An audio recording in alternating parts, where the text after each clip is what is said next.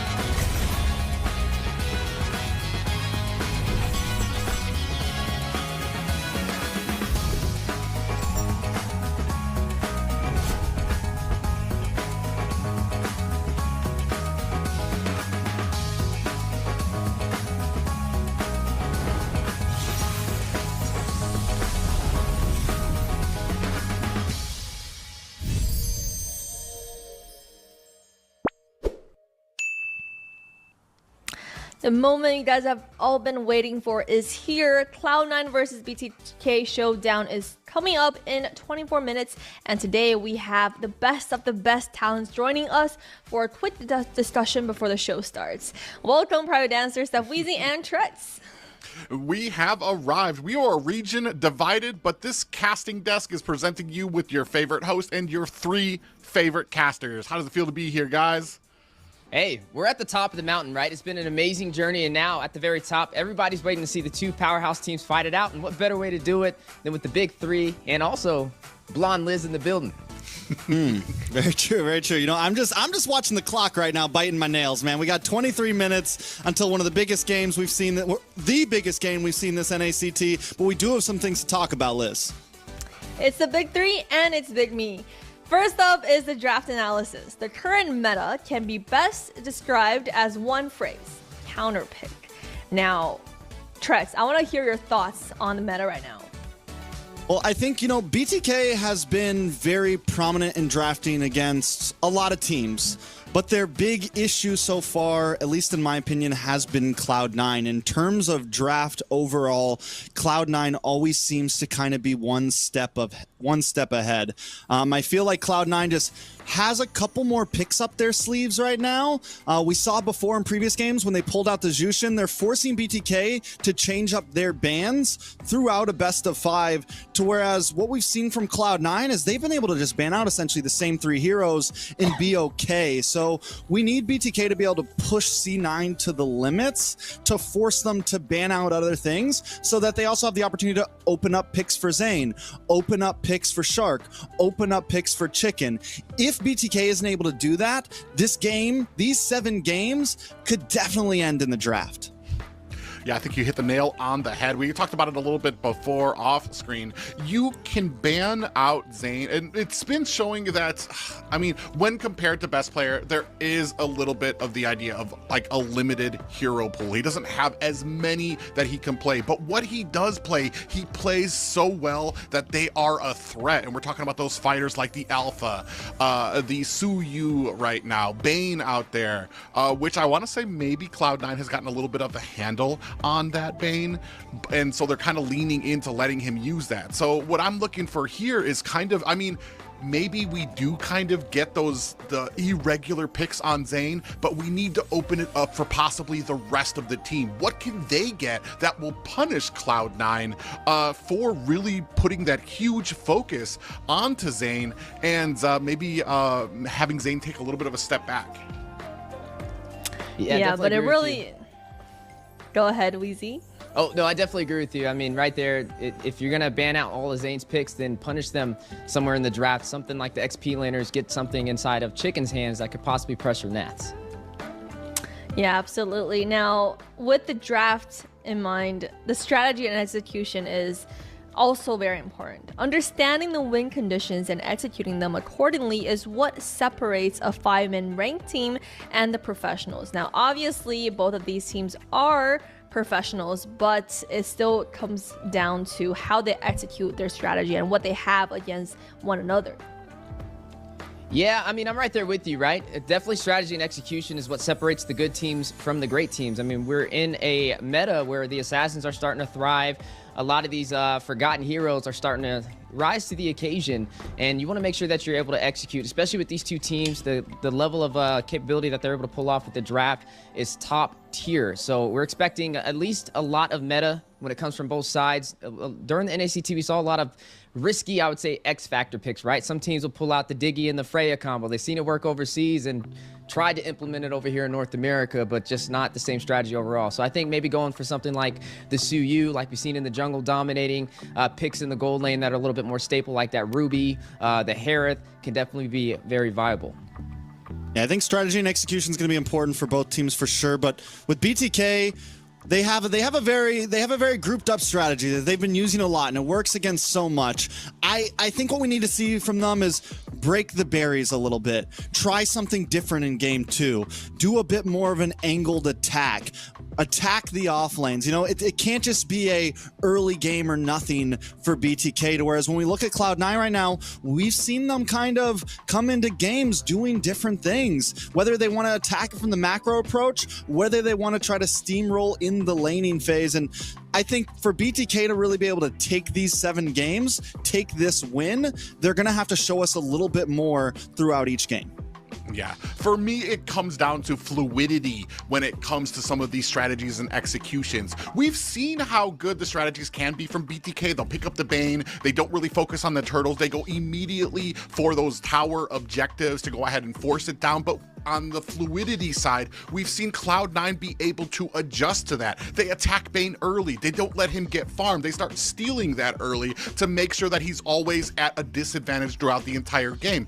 Again, on the side of Cloud9, where we see sometimes they're able to take down best player, keep him at a standstill, Cloud9 is able to adjust. Now you've got best player who might not be having the best game. He's able to split push. He's able to create that focus into the side lanes to where you can't even try to get these turtle fights, or at least there's a timer on it for how long you have the fight there before you have minions pushing at your base. And that's something that both of these teams are going to have to consider when it comes to this the strategy of these.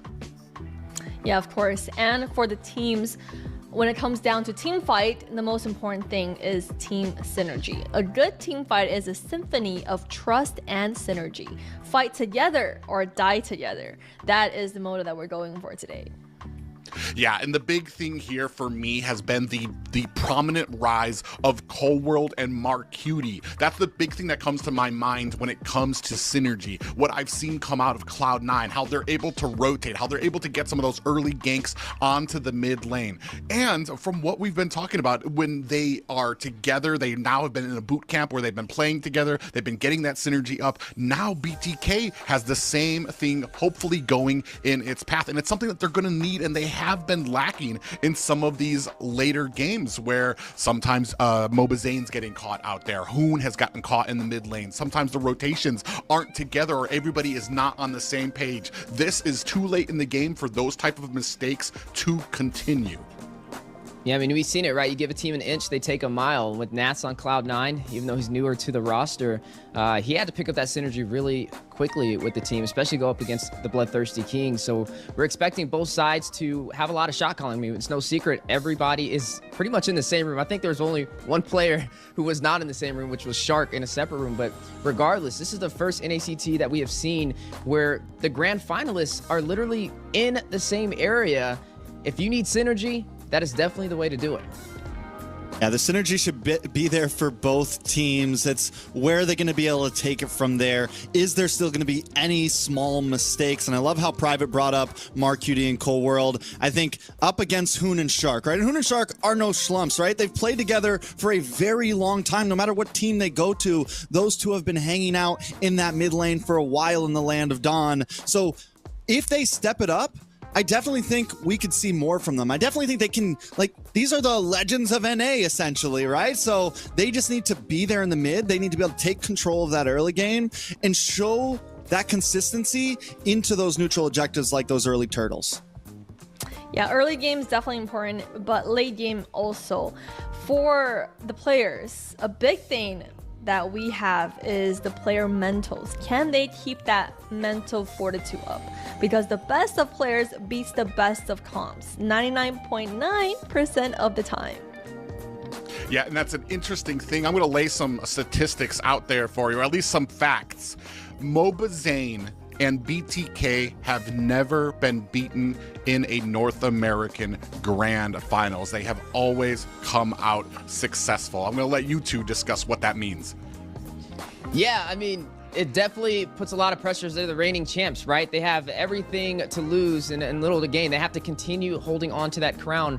Whereas Cloud9, though, I mean, they've had an amazing performance so far. We got to see them in week 2 up against BTK, 3-1 with the NACT prediction. And then again in the upper bracket finals, knocking down BTK to the lower bracket and then having to claw their way back into where they are now in the grand finals.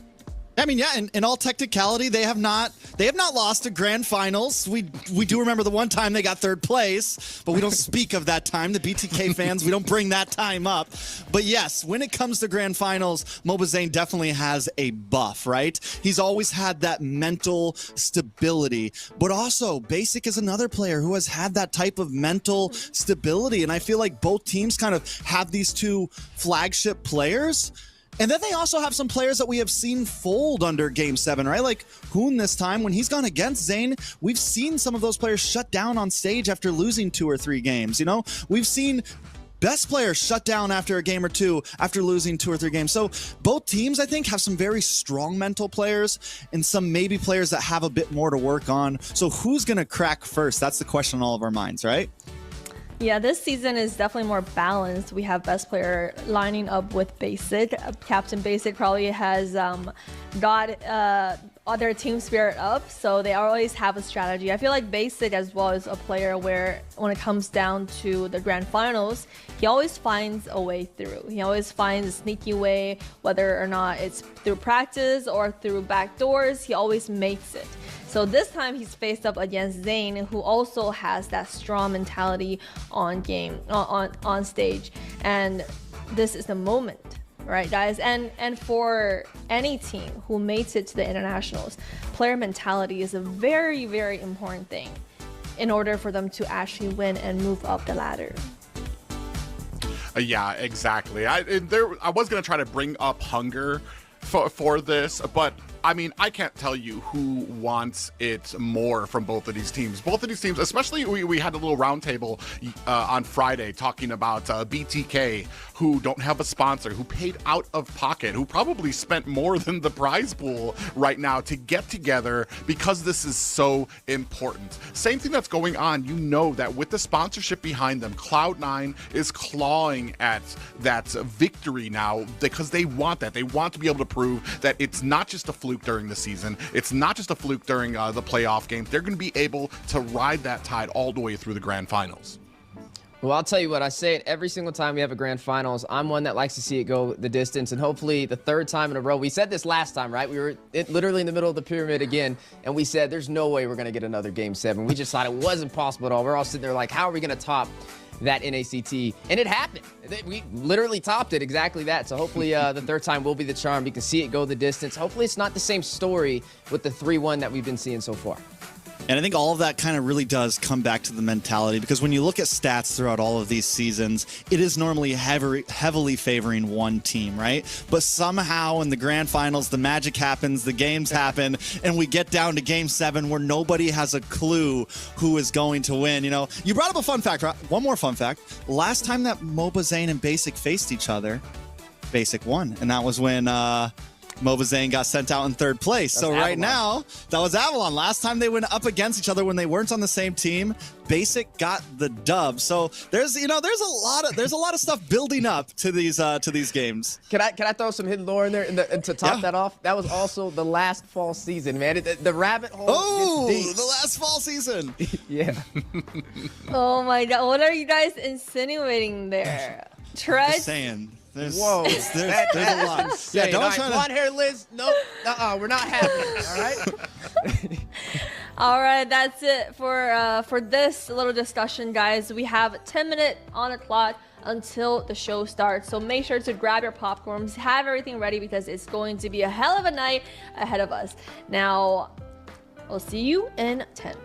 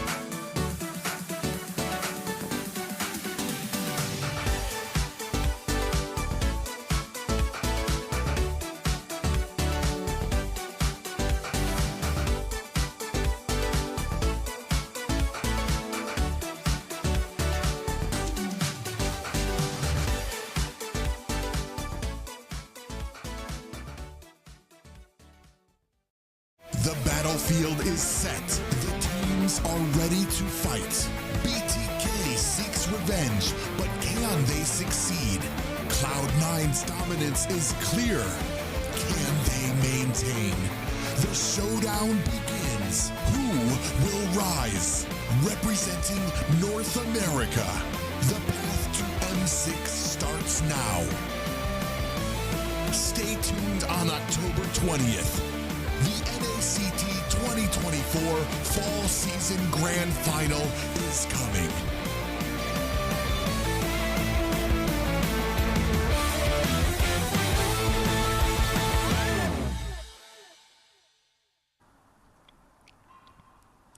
The stage is set, the spotlight is on, the grind is done, it's win or none. With every NACT finals closed out in a shocking upset, one truth stands all. In the realm of esports, the crown fits only one. To wear it, you have to earn it, and to earn it, you have to win it.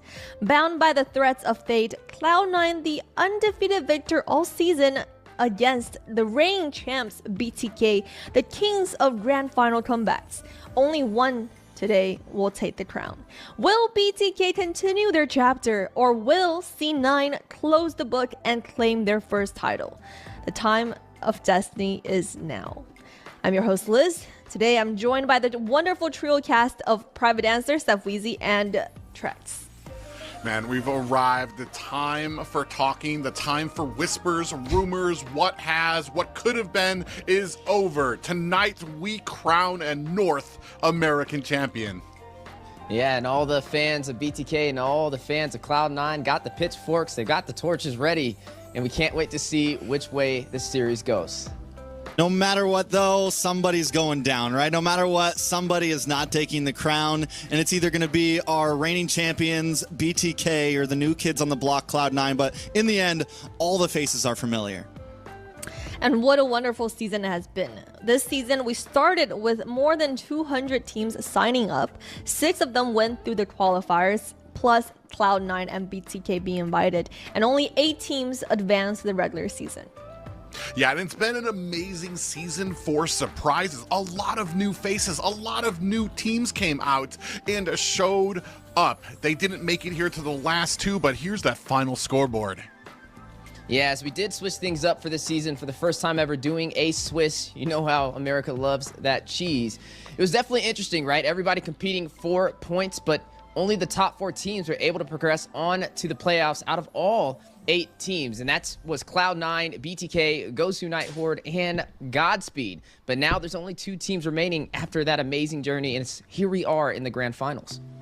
Yeah, the grand finals, but before we got there, we had to go through the playoffs. We had our top 4 teams seeded up, and though a lot of these came out as sweeps, 3-0, 2-0, 3-0, 3-1, it felt like so many of those games were very close and down the line. Nighthorde finally securing a number 3 slot, showing up, and then BTK getting their redemption through the losers round into this best of 7 grand finals. I wouldn't have wanted any other way.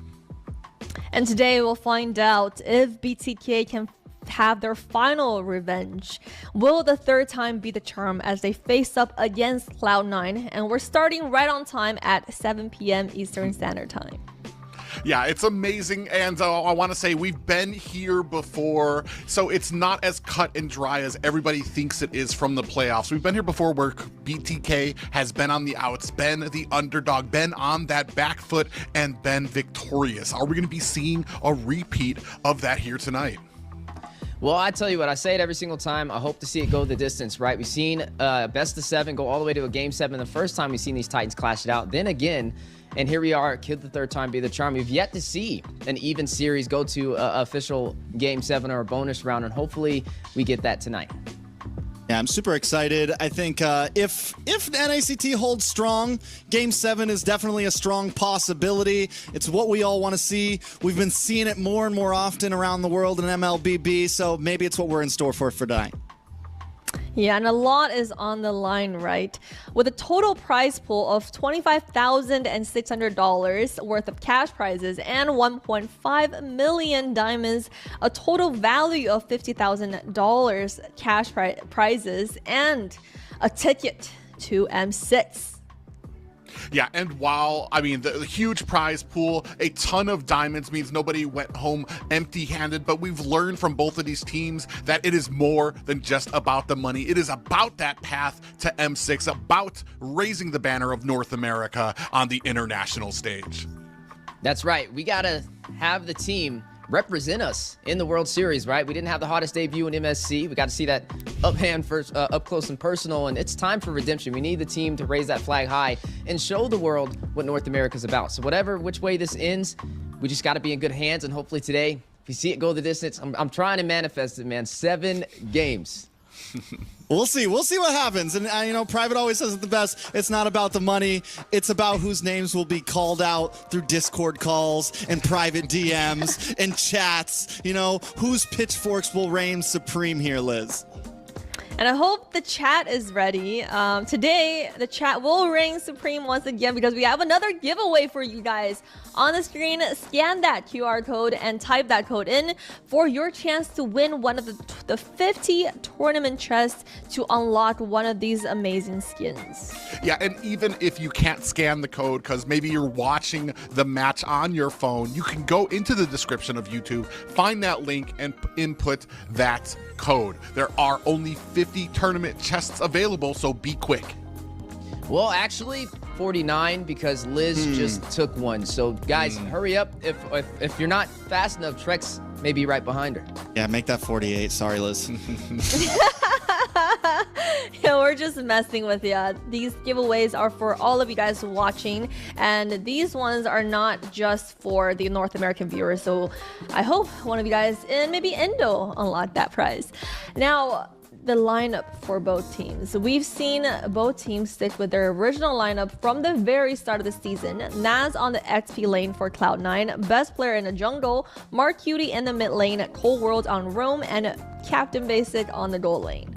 It has been an amazing journey for each one of these players. Even from the first NACT, I have watched everybody from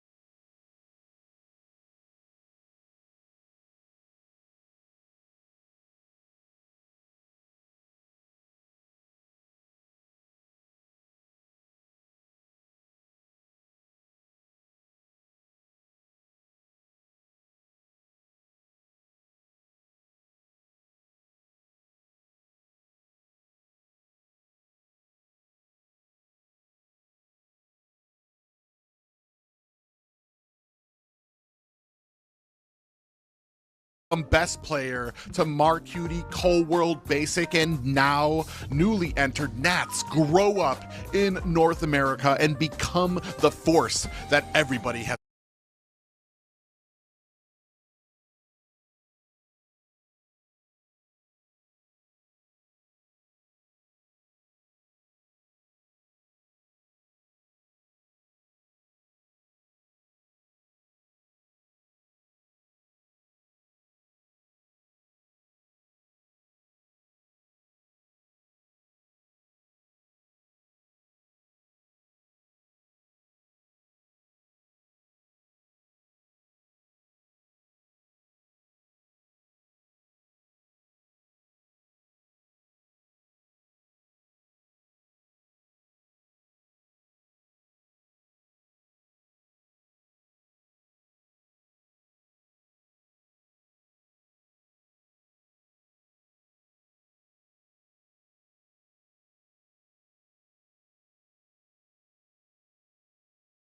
Seen. Yeah, and there's always two sides to every single coin, and the other side of the coin is going to be the Bloodthirsty Kings, the reigning champs from the last NACT. Fried Chicken in the XP lane, Moba Zane in the jungle, Hoon in the mid lane, Shark as the roamer, and Zia as the gold laner.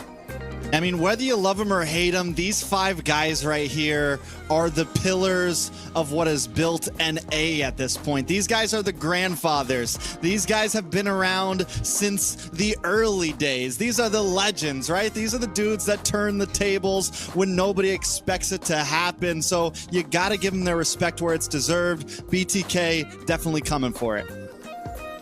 Yeah, and with pumping both teams up like that, let's take a look at what our casters predicted for this lineup. I see we are all rooting for North America today. Well, I mean, that's the story here, is while I want to say we have a region divided right now between BTK, between Cloud9, I think everybody is in unison knowing that these are the 2 best teams, better than any other season that we've had, the strongest team, and whoever wins here, we know will be the strongest one that we will be sending to internationals. It's like we're leaving it out there for the viewers to cast your vote and let us know who you think will win. But we're going to keep it here clear that there's no bias, there's no caster curse thrown on them, and hopefully we get a great series.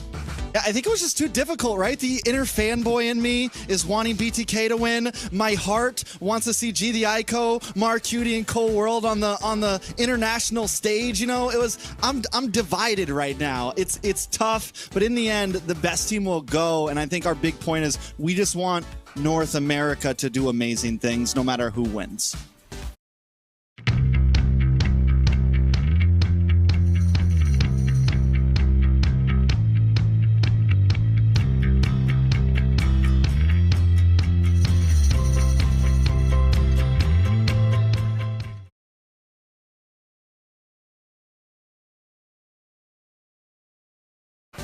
Yeah, of course. And we have been petitioning this for the whole season, especially for an important game like this, because we cannot choose between either one, especially with Cloud9 being so supportive to their players and BTK having the NA Dream Team for a lot of people.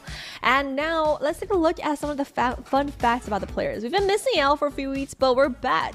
Cloud9 best player, his role is jungle. His favorite hero is Fanny. His favorite player is Gosu General, where he started. His hobby is MLBB.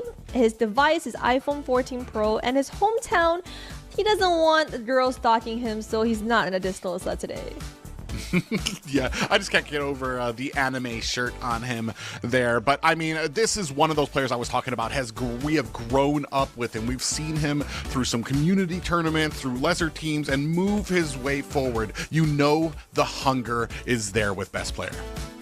Yeah, he's definitely at the top of his game, right? One of the best meta assassins when it comes to North America. But speaking of junglers, right beside him is MOBA Zane, definitely the most decorated jungler in North America as well. His favorite hero, a little bit of a surprise. It's Fanny as well. We got to see. Maybe he pulls it out. Maybe he's just been waiting until today to show it. I'm hoping for that. But his favorite player, there's one that sticks out. It's Cardi. Shout out to Cardi, man. I love it. He's got to throw some love to the old teammates, right? But one of the things that we really have to point out is that hobby. He likes to win, you know? He likes to win. That's what's important here. It's always been the vibe that we've gotten from MOBA Zane. You know, he's just not here to play. He's here to be the best. Yeah, he's here to win, and let's see which team wins it as we start our today's series with the first draft. Yeah, I know. As much as you guys love hearing us yap on through, we are ready. We have the draft ready and the first 2 bands already on the board. A very familiar jungle and band coming out from Cloud9. Yeah, we got to see which way this goes, right? Definitely want to get those meta prowl picks. We say half the battles in the draft, and hopefully we can get that today. Now, when it comes to Cloud9, it's very hard to kind of outban them, right? Their hero pool is just so deep, especially with NAS on the table as well, with players like Best Player able to prioritize these assassins. It kind of makes it a little hard. But for BTK, I feel like their hero pool may be slightly more limited, which means they're going to have to hit this with a couple of different angles. I think at this point, we're waiting to see if C9's going to ban out that Suyo here, right? They've already taken out the Julian. They've taken out the Alpha. If they leave it open, then they force BTK to ban it out, because BTK is definitely not going to give it over to C9. But there's also this chip still open. So C9 already banning pretty aggressively. They do go with the Suyo. I like it. BTK, I think, last ban here, most likely chip. And then C9 maybe just start off with Valentina, start off with Fovius, start off with something simple. Or we just go with something flexible like the Edith out there, where we can kind of keep BTK guessing, keep them on their toes so that they don't know what position's going to be going where. We've talked before ad nauseum when it comes to the flexibility of that gold lane right now, which I want to say is usually kind of left into the last there. Still waiting for that last pick. We're at the 0. Hesitation. It is going to be the Phoveus pickup for Cloud9.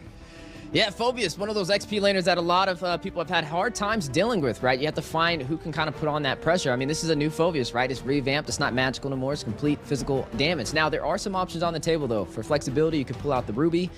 You could at least have the survivability aspect inside of the XP lane, or you can flex it in the roam position or the gold lane, which could be a smart thing for BTK. But now Zayn has jungle prowl, right? There's a lot of junglers right here that he can choose from to get him comfortable. We know he's one of those junglers who thrives on being able to get around and get that farm and pave the way for the early game.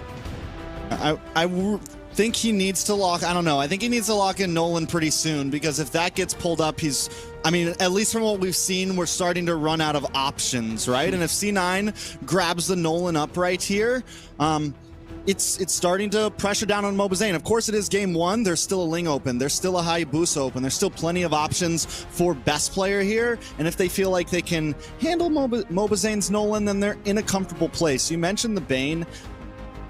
We didn't see it work so well, man. We didn't see it work so well. I'm not saying it's impossible, but it doesn't really fit into BTK's early game strat. So there goes the Nolan pick. They steal it away from Mobazane. What else is he left with at this point, Private? Yeah, and then that's kind of what the question has been on everybody's mind this entire week. Are we going to maybe see a surprise from Mobazane that does not rely on that Bane pick, which, like you've said, hasn't been as successful as he wants? We're going to go ahead and scoop up the Roger. Now, I want to say I do kind of favor Roger a little bit more in the gold lane, just because he's had a few nerfs when it comes to his transformation. He doesn't have as much defense. Cooldowns are a little bit longer, so he's not as, I want to say, able to be in a lot of those fights. But we're talking about Mobazane here, who has, made a name for himself off of this hero. Yeah, and you know what's interesting, with being second in the draft, BTK prioritizing this Hylos and also this Cho. I'm wondering, Chicken with this Hylos, is that possibly the counter they're looking for against this Phoveus? How is that matchup going to kind of work out? But yeah, the Roger, I'm right there with you. I mean, I wonder, is Zayn going to run this inside of the jungle? It's great with the Lycan Pounce, especially early, but you have to be aggressive, right? It can definitely fall off if not played properly or able to get those objectives. But it's still going to be flexed inside of the gold lane. It still can be put into the hands of Zia, which still gives Zayn an option for something else inside of the jungle if necessary. Now, if that's the case, we still have a lot of gold laners on the table for both sides. I think C9 maybe looks into banning, like, maybe Ruby here, focusing on Azia's gold lane, because if this does end up being a jungle Roger, it's very possible we see that double fighter offlane from the side of BTK. Both sides, though, banning down into this gold lane, and I think it's kind of smart for BTK to do that, right? They get first pick here. They can still fall into a fighter on the offlane like the Ruby or the Alice, something of that nature, or they can always just flex the Roger over. C9 also banning into gold lane. It's, it could be a bad move here to be banning the Harith out. We're now limiting down onto basic. There's still a Claude open, still a couple possibilities, but those that gap is getting smaller. Yeah, and then when it comes down to it, I want to say we still got some of those prime picks that Basic does like to have. The Moskov probably is, it should just be renamed the Basic, with just how it shines with the split pushing, which we know that Basic likes to lean into. We are going to go ahead, take out that Eve, which Hoon has really started favoring there onto the BTK. I also want to add in the Ruby pickup. I want to say Azia has been performing just absolutely great with that Ruby. So, I mean, it's another pick out there that they could use for themselves. Here, the Valentina's picked up, especially with the ultimates that are on the board. I like this pick for BTK. Yeah, but there's still some picks to go up against it, right? I mean, we've seen players like the Sicilian, heroes like the Sicilian come out. We've seen Vexana could definitely be a threat still available on the table. And right now, when it comes to drafting, we like to look at with what you're allowing to walk, are you getting a decent trade back? Now, we're looking at a Phoveus, right? We can all agree that's a high-value hero right there, the Gatat and the Nolan. I think that's a really good lottery pick for the side of Cloud9. There goes some additional picks, though. They're going to pick up that Aurora and stop it up with this Claude as well. I like the Aurora, especially with something like a Hylos and a Cho trying to come in, and a Roger. They want to try to dive on. One good Frigid Glacier drops, and it completely stops what BTK wants to do. And then Claude, honestly, it's comfort for Basic. We know this is the go-to for him. But hold on a second. Hold on. Game number 1, we were wondering what we were going to see from Zane. It looks like it could be the YSS. Still, we saw, yes, it did perform the other day. They won the game with it, but it was against Gosu Nighthorde, and nothing bad to say about Gosu Nighthorde, but it's definitely not Cloud9. Is this going to work? How do we feel about it, boys? Man, definitely not Cloud9. I couldn't have put it better myself.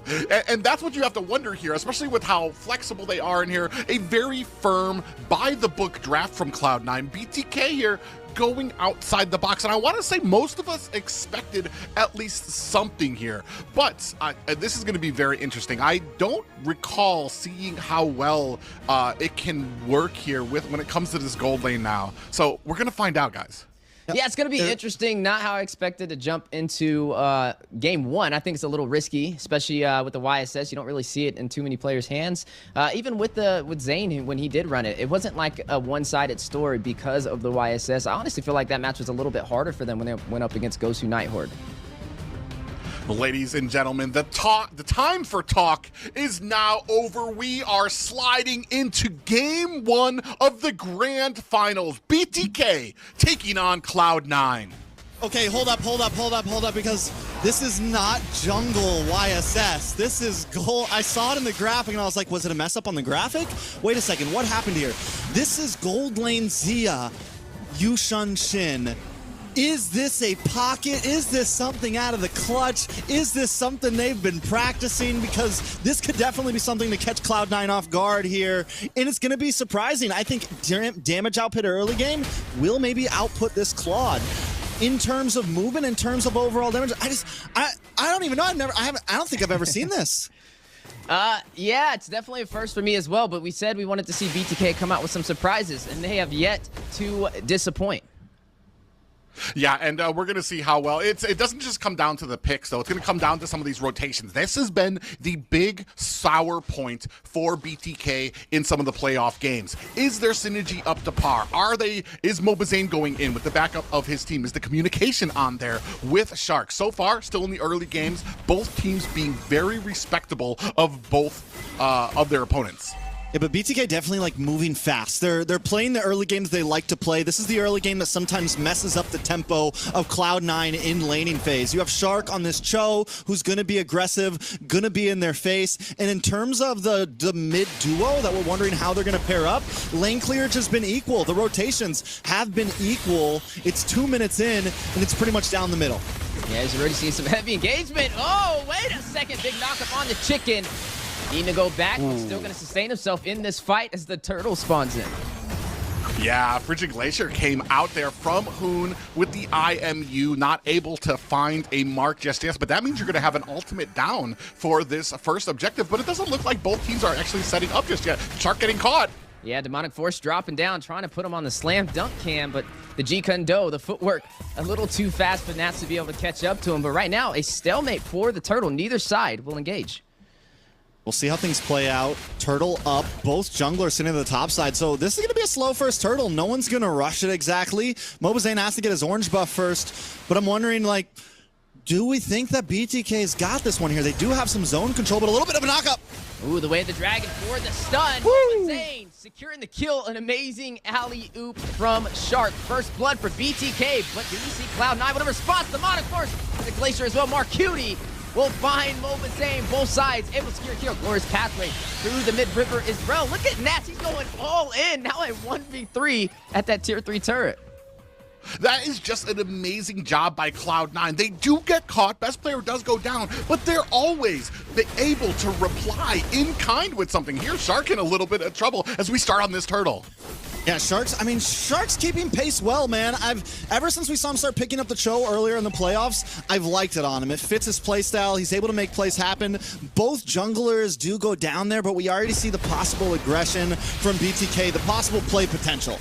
Yeah, and a play may be made here on the chicken. Not going to be able to find the kill, but that is a turtle over to Cloud9. Ooh, Colwell just narrowly avoids a little kick up there from Shark. But right now, I mean, still keeping the pace. It's 1-1. Both of these teams, I want to say the aggression coming from them, they are not warded off by either of the deaths that they took. They're not worried about it. They're just continuing to kind of keep up this fast pace. Keep our eyes on Nats, though, right? He's being super proactive right now. He's consistently rotating up to the mid, getting back down to EXP to clear his wave. Even now, watch him on the minimap, rotating up to the mid, might even hang out a bit longer. Chicken, though, kind of onto it. It seems like both teams want to try to make a big fight happen for this next turtle. Yeah, but it's no secret, right? BTK, we know they're a team that kind of thrives on being able to take these turtles. Usually when they are not able to get these objectives, their success rate drastically drops. So hopefully for the second turtle, they can find a way in, especially with Zane running on this Roger and how he's easily able to overpressure teams with the Lycan Pounce. Yeah, but we've talked about it. You really need to lean into that early game on a Roger. When Roger starts falling behind, you're going to have some issues when it comes into that mid game, when you come into that late game. But ladies and gentlemen, a new record, if you guys did not know, for Mobile Legends Bang Bang Professional League recently became the first esports event series to reach 1 billion hours of watch time. That is a big number. I don't even know what that number means, honestly. It's a lot. That's what I know. It's like the money that Eslon has, or you know his name, Elon Musk has. It's a lot. It's confusing me. This game, though, I'm waiting for Zia to pop off. When is this YSS really going to happen, Private? Yeah, and that's the big thing for me right now. I'm not seeing where Yusun Shin is really kind of coming into play, where I'm just like, that was a great pick. I'm starting to see the genius of that pick. Not just yet, but right now, getting into a turtle fight. Yeah, Demonic Force dropping down from Nats. Frederick Glacier stopping him in his tracks. Mobazane able to get the turtle to even out the objectives. Maybe able to get some kills as well, the way the Dragon set up. Possibly leading to a kill. Nats very low, but still going to go in with the Demonic Force. Frederick Glacier double stun. Maybe able to pull it off. Cold World finding Zia. Shark on his way out to the tier 3 turret on the top side, and the tier 3 for the mid will be secured by best player. Yeah, and right now the mid tower goes down. The great macro from Cloud9, able to lose a tower, or able to lose that turtle. Oh, Mobazane in trouble. Ooh, needing to get out of there very low. Not going to be able to get that orange buff, but it is going to be reset, so I guess effectively he didn't really lose anything from that engagement. I definitely didn't lose anything from the engagement. Turtle back up in 70 seconds. But the thing is BTK tried to make that play happen, right? But Cold World comes in with that beautiful AOG to disrupt everything, buys Nats enough time to kind of get those demonic forces off. So Cloud9 is doing so far a good job at layering these skills. They are starting to take away with this gold lead. More towers are dropping. BTK now on the back foot. And earlier we were talking about Z on the YSS private. I think knowing it's a YSS, it's definitely going to take some time, right? Until he's really outputting that damage. But the big thing he has to worry about is the demonic force. He's got to worry about the frigid glacier. There's just a lot of things that Zia has to play around on this hero to really make it pop off. Yeah, and the fact that you kind of have to juggle in melee range, into marksman range, into melee range to really get the most damage and output out of it, it leaves me wondering what the thinking process was, because you get close here, you've got a lot of CC to contend with. Mark Cutie, Frigid Glacier, among all the rest of Aurora's kit there. Nats able to kind of slam down, and then of course, as we saw earlier, Cold World able to bring down that avatar of the Guardian. So with that, we have to wonder, when he does get those items, when he does become dangerous, will it be able to make a difference? Yeah, and that's what we're going to be keeping a close eye on. I mean, Basic's already 1,000 gold ahead of him, has the DSS and the golden staff, and right now an engagement in the mid-river, possibly on the way as the next turtle spawns in.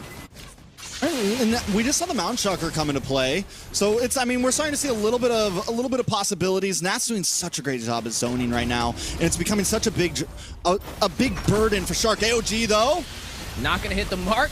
A good evasive maneuver from BTK, but Mark Cutie will find Mobazane. Glorious pathway possibly on the way out. Right now, Cloud9 on the offensive pressure, winning the early game.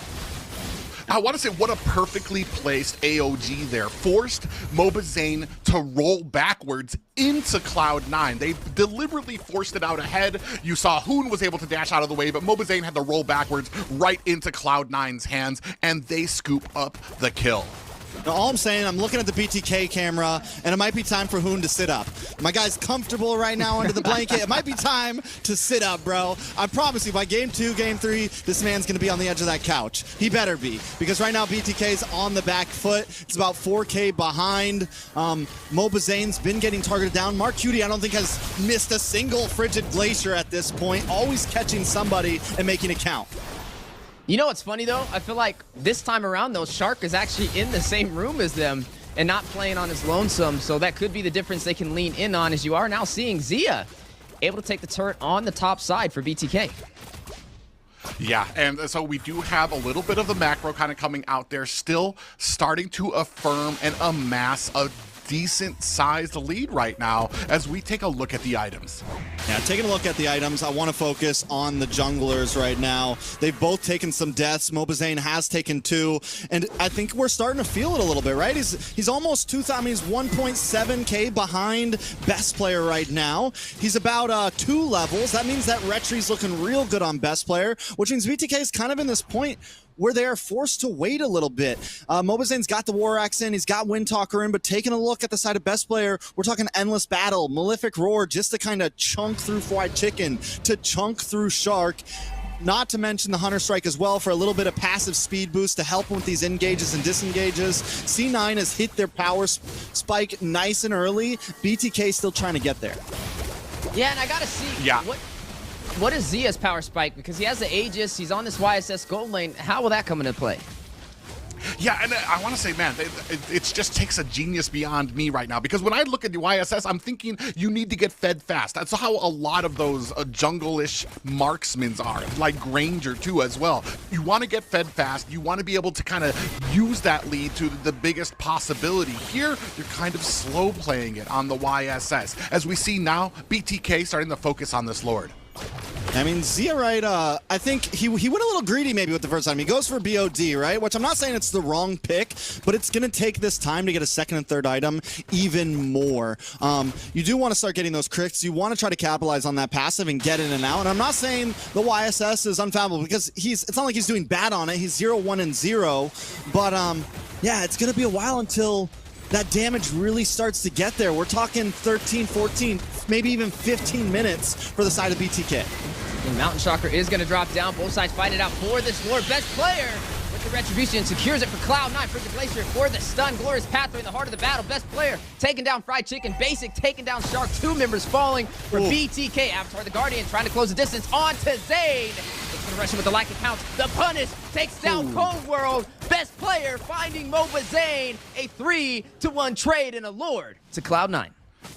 Yeah, these Avatar of the Guardians have been hitting the mark. Now, and why I say that, they haven't been actually hitting the players, but they've been separating the players so that they can get those kills. They can get Mobazane spread out and away from his team. You want to talk about hitting players? Best player right now is hitting players, but a lot of damage. Down goes Marcuti. BMI, Blazing Duet in as well. Marcuti very low. Chicken trying to take him down. Zia will find Marcuti. Basic will find Chicken. A 1-for-1 trade. The map is bleeding blue.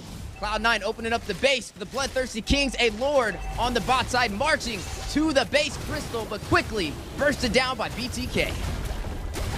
Oh man, they're able to take down the Lord very quickly, but you see up at the top, that's 2 high grounds down on each side, just 1 left through mid right now. A firm grasp on the map control is what Cloud9 has.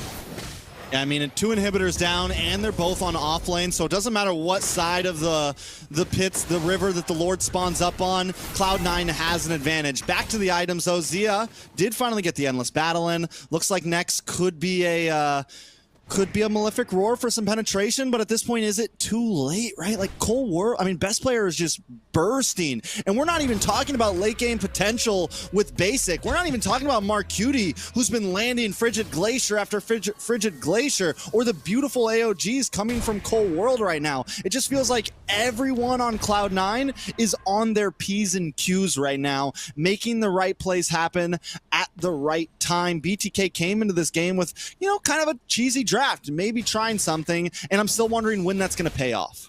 And you know what's interesting? It's not like they have the easiest composition to get to a backline marksman, but the AOGs from Cole World have been crucial to setting up those opportunities for Cloud9.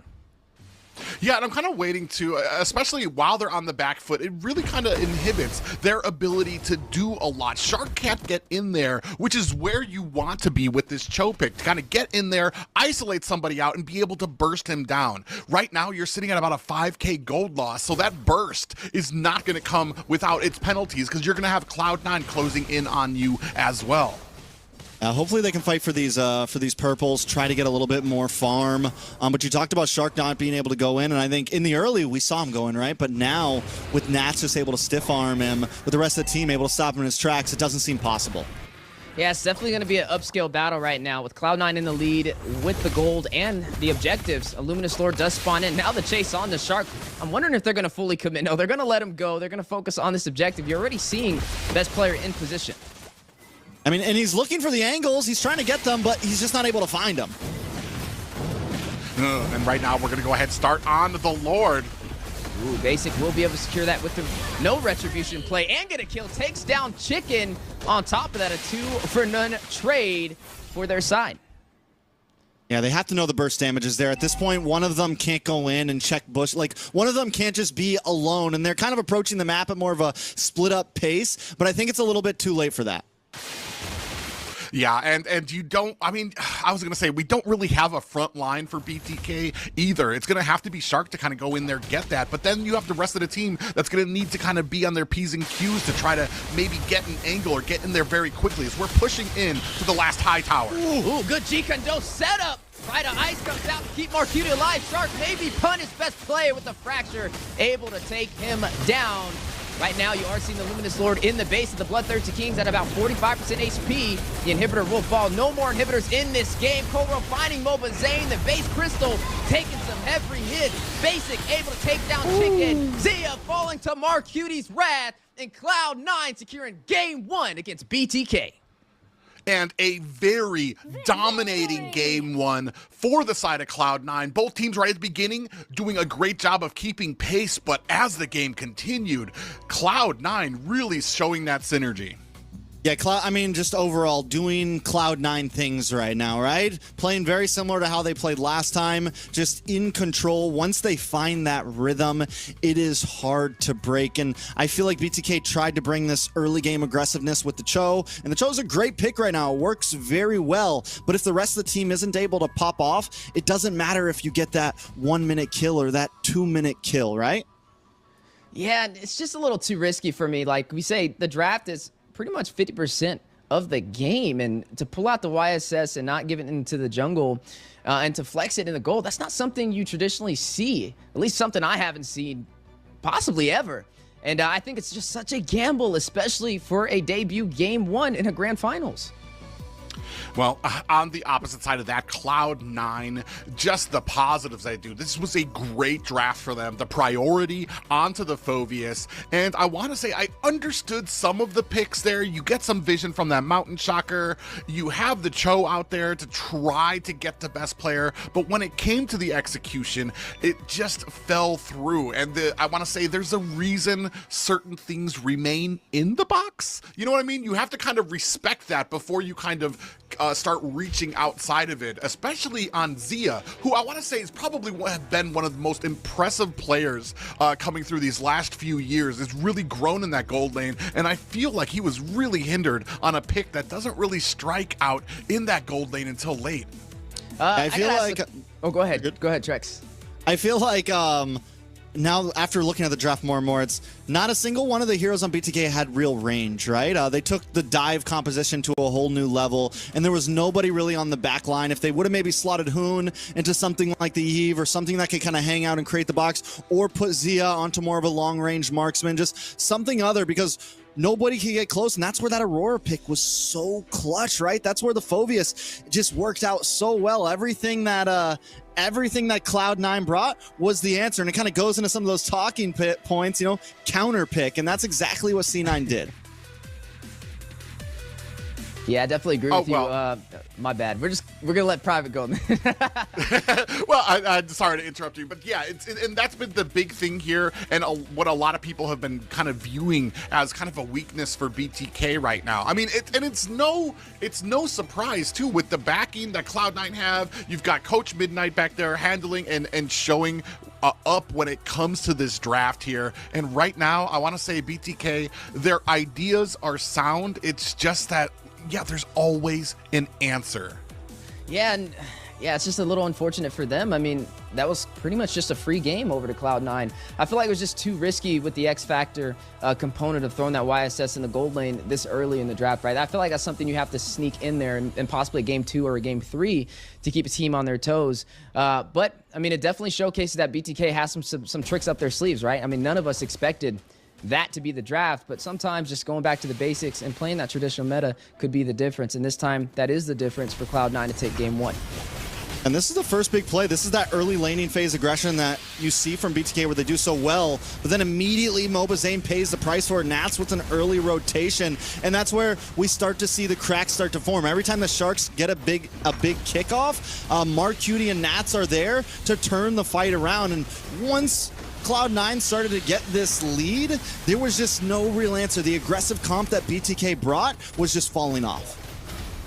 Yeah, and I want to say, when we talked about counters, I don't even feel like that just applies to the draft. It also applies to a lot of these engagements. I didn't see one time where Cloud9 got caught and they weren't able to turn it around on BTK. So they're able to counter even the kills or the deaths that happen on their team with kills of their own. So they're always watching and always adjusting to that. And that's something BTK needs to be ready for.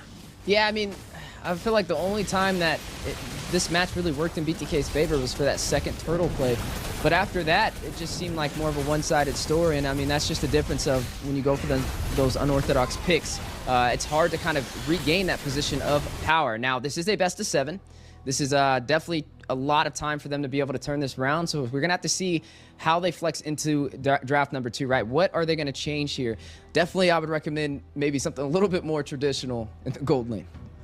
I think, I mean, don't get me wrong. Yes, it is the debut game, but also it's the debut game. You know, it might have been the best time to try to throw Cloud9 off the hinges, see if something works. Is that a pick you want to pick in game 7? I don't know. Unless it's been tried, tested, and is true, you know, it may not be the best way to go, but they're starting things off, and it might be a not so bad to start things off. Ooh, we got a little bit of an inside look here. Again, it's Cloud9 Nats, the import from MPLPH. Role is the XP laner. Favorite hero, Arlott, Yuzong, and Edith. Favorite player is Basic. A little respect there for his fellow teammate. Hobby is cycling. Hometown is Abington. And the device he uses is an iPhone 14 Pro. Yeah, definitely. Everybody's been asking the question, how impactful has he been on Cloud9? And so far, he's been doing a great job. But speaking of impact, there goes Fried Chicken, the XP laner for the Bloodthirsty Kings. His favorite hero, surprisingly, is Hylos. I don't think I would have guessed that for Chicken, but I could have guessed this one. His favorite player, he doesn't have one. You know, he's just going to keep it as it is. His hobby, that's interesting as well. Not really sure yet. Maybe you guys can give him a hobby to decide for next time.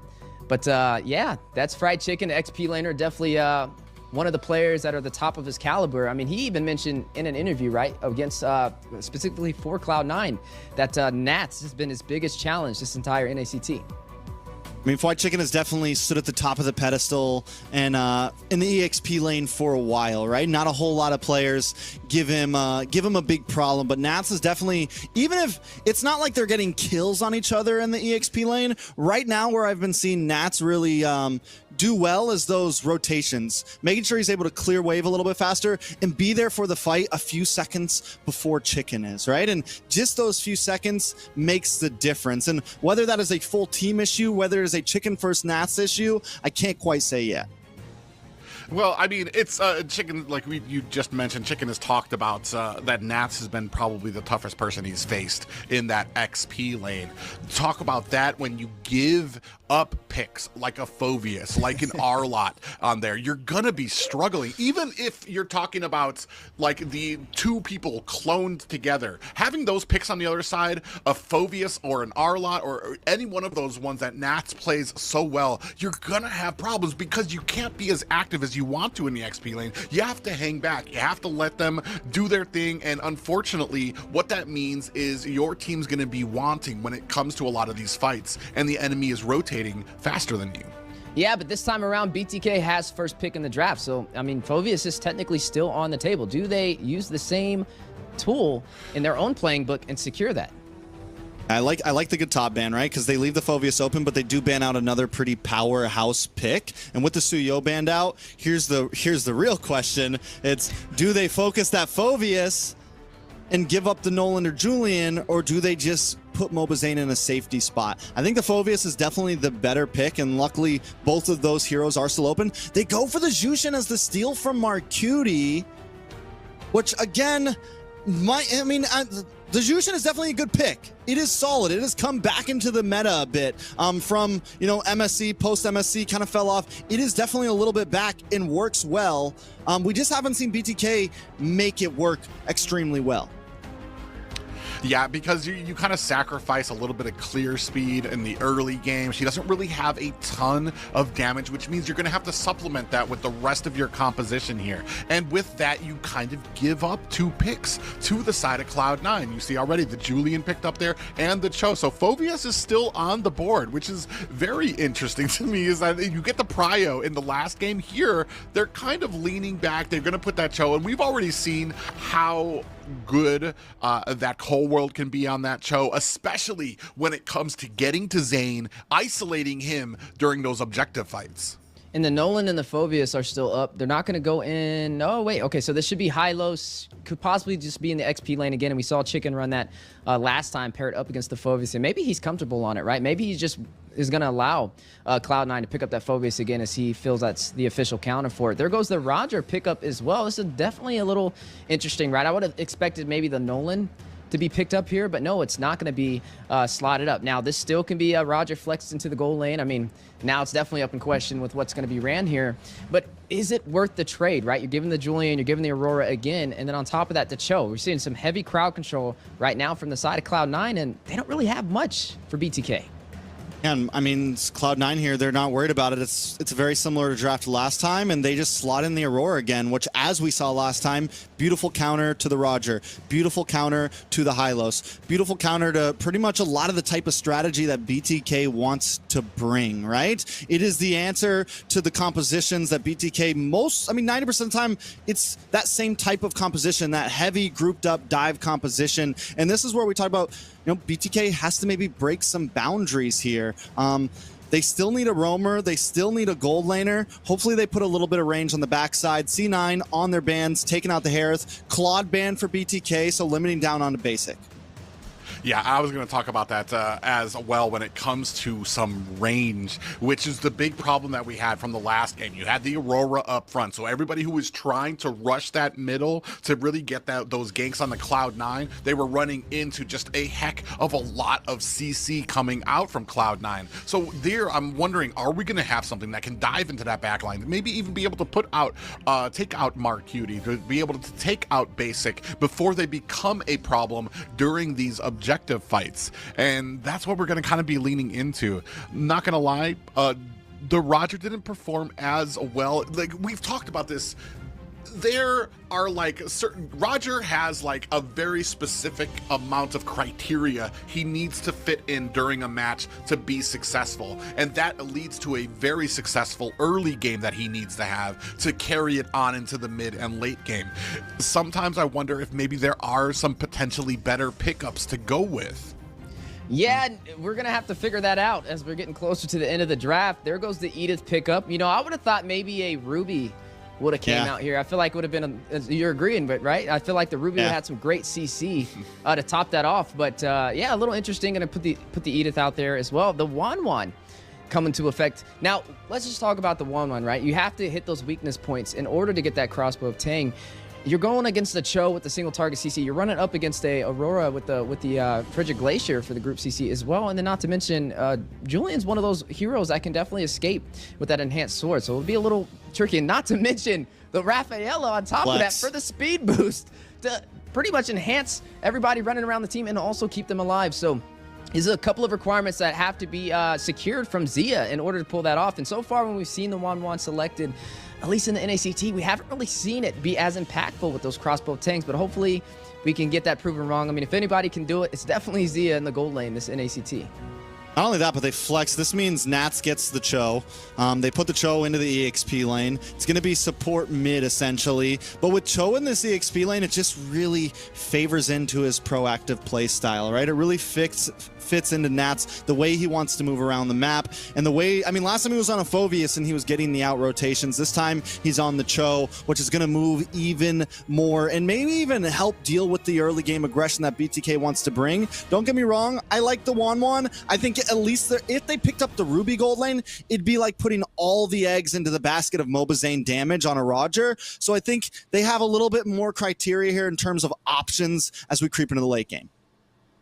Yeah, we're going to see if these options are going to be the recipe that BTK needs for success in Game 2 of the Grand Finals. All right, and we are seeing Mobazane on the Roger again. We thought he would have ran the YSS for game number 1, but no, he definitely favored that Roger. And it looks like it's something he's comfortable on. I mean, this is 2 times in a row, so we'll have to kind of spot it out and see how effective it'll be for him. You know where that raft's going to be super crucial? It's going to help dance around this Lantern Flare, man. It's going to be a beautiful counter to the Lantern Flare. Make sure that Marcuti can kind of get out of distance, give him that speed up, to whereas Hoon wants to kind of push you to the other side of the river. They're going to be able to move around and find those angles that they need. Yeah, and we're already seeing that Hoon's kind of getting a little bit outranged already at the mid lane with both of them kind of putting on that pressure. Right now, Fried Chicken getting pushed back by Nats already. And I do like that the Hylos is going to be as the roam. I do like a Chicken on something a little bit more mobile, something that can probably join the fights a little bit faster, so he's not constantly kind of stuck behind waiting for Nats to do what he needs to do before these objective fights. Yeah, and I feel like the Edith is a comfort pick for Fried Chicken as well. I mean, he's been very effective on it this NACT and also prior NACTs as well. So definitely I'm in agreement with Shark running on this Hylos. It'll boost the mobility that BTK has for these engagements. But speaking of boosting, enhanced chains with the knockup as well. Shark throws it in his tracks, and Marcuti will take him down. But the displacement onto Marcuti over there by Hoon on the Zushin, able to take him down to 50% HP. Yeah, Nats rotates up, gets the kick up, makes the play happen. I mean, it's definitely huge, and now we're already 1 down, and Cloud9 in control of Turtle and control of River. Yeah, and now you can see the invade coming. Cho with the kick. Ooh, finding Mobazane. Cold World will be the one to get that kill. Shark immobilized. Not even displacement from Hoon can keep him alive, and that will be best player getting that kill. Speaking of displacement, Fried Chicken finding best player. The counter response now on the way, trying to avenge their fallen members. 1-3 on the scoreboard, but may be able to get some bodies. Hoon needs to be careful on overstaying his welcome, though. Chicken will force out that Pride of Ice with the knockup. Not able to delay that death, and Marcuti will fall. And already we're starting to see the Zuxin, Hoon on the Zuxin, starting to come into play. Maybe not part of the fight that was not able to protect Zane, but at that point, able to help Fried Chicken get some of that CC out there to let Fried Chickens at least start to answer back with some kills, with some damage of their own. Yeah, so with BTK now getting some kills onto the board, kind of back into the game, I think Shark needs to kind of stick with Hoon a bit more. Hoon can't be sitting in the mid by himself. He is getting outranged by Marcuti a bit. Marcuti is able to clear these waves faster, and I know that Shark wants to rotate away and help with these off lanes, but I just don't know if that's going to be the big workout. Cold World, always on tabs, always a little bit ahead. Yeah, but right now, BTK putting on that pressure, trying to possibly zone out on the top side. Going to go ahead and decide to disengage. Now, there is a ticking time bomb for Cloud9, though, right? They have this carry, and we know it's a late-game shredder. And BTK, if they can find a way to get the early kill in the side lane, it can delay when that bomb explodes and potentially give them the upper advantage. Yeah, but on the other side, too, you have Zia. And I want to say Wanwan is a good comfort pick with him. He hasn't had the greatest success against Cloud9 when it comes to this pickup, but I'm very eager to see how it shapes up into this late game to potentially be able to kind of shred down some of these picks from them. Right now, both teams being very respectable. Next turtle is up. Yeah, if White Chicken makes his rotations up, actually a little bit ahead of Nats, they want to fight for this one. I don't know. It looks like he's going to disengage. He didn't have anybody there if he had the setup for the Way of the Dragon. Best player able to get the turtle. Yeah, and yeah, I want to say that they were maybe just a little hesitant, a little not as quick on the draw to get there. And we've talked about this before. Like, you need to kind of have a plan for it. You're either going to go for it or you're going to try to put some pressure onto a late game or another lane out there. And here we saw nothing from BTK. They weren't able to rotate. They weren't able to answer or reply with anything. Most definitely. So now with, I mean, last turtle comes up in about 86 seconds. Cloud9 starting to escape here, starting to move more and more ahead. What is the big play for BTK, right? I mean, yes, I do agree with you, Private. I think Zia definitely has late game potential there, right? Definitely has some options. So do we think they're just kind of waiting it out at this point, waiting for a moment, waiting for that spike where Zia can get involved in these fights? Yeah, and you're looking at the 1v1 matchup on the bot side. Zia up against Nats right there. Doing a great job of keeping that distance and not allowing those weakness points to be procced over there by Zia. Right now, you looked at an XP lane and a marksman lane swap up for the side lanes. Yeah, and you saw there a little bit Hoon trying to check the bush there because Shark wasn't available. Ooh, Fried Chicken lands a little bit of a pop up, but no worse for it. They're going to start pressing on it as top tower. Ooh, a big knock up though. Gonna go ahead and get a little bit of displacement for his pathway to drop down for the mobility. The counter response from BTK. Does not lose a turret, but gains a kill, finding Cold World. All right, so at this point, BTK able to put, I mean, still holding on, still protecting towers. Cloud9 get the last turtle, or last turtle's about to come up. They have good zonage over, but Mobizane's there, right? And Mobizane's ready to go, but Nat's just bullying. Oh yeah, Mobizane's definitely there, but I don't know how long he'll be there. The high-speed chase, best player able to find him. Yeah, and this unfortunate for Zane. This is what we were talking about when it came to synergy, is he's out there on his own, doesn't have vision on the rest of the team or his opponents, and then gets surprised and not able to escape. All right, so with that, like, finally, the last turtle goes over to Cloud9. Mobizane 2 deaths.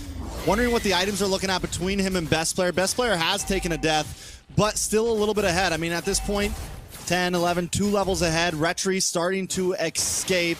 He's definitely got a lead in the gold. In terms of gold lane, though, Zia is keeping up. Scythe comes in. DHS just comes in. 2 items to 2 items against Basic. So there is still this hope and that worry that maybe they were going to put a fighter offlane onto him and make it so the only damage dealer was Zane could be very important that they didn't, right? The fact that Zia has kind of gone freely and had a decent gold lane experience could definitely be a big saving grace for BTK as we move into the mid and late game.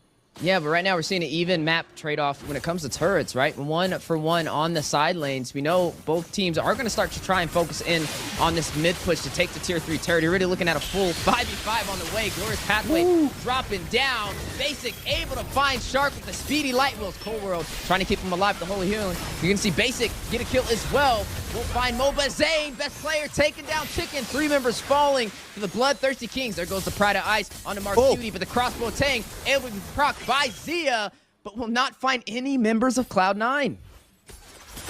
Man, and a whopping 3 down for BTK with that. Even with this coming online for Zia, not able to do enough damage. You saw the passive come out from Marcuti on that Aurora. Even as patient as Zia was, waiting for that to proc, came out, threw out the crossbow tank, but still not able at a point now to do the damage he needs to Cloud9.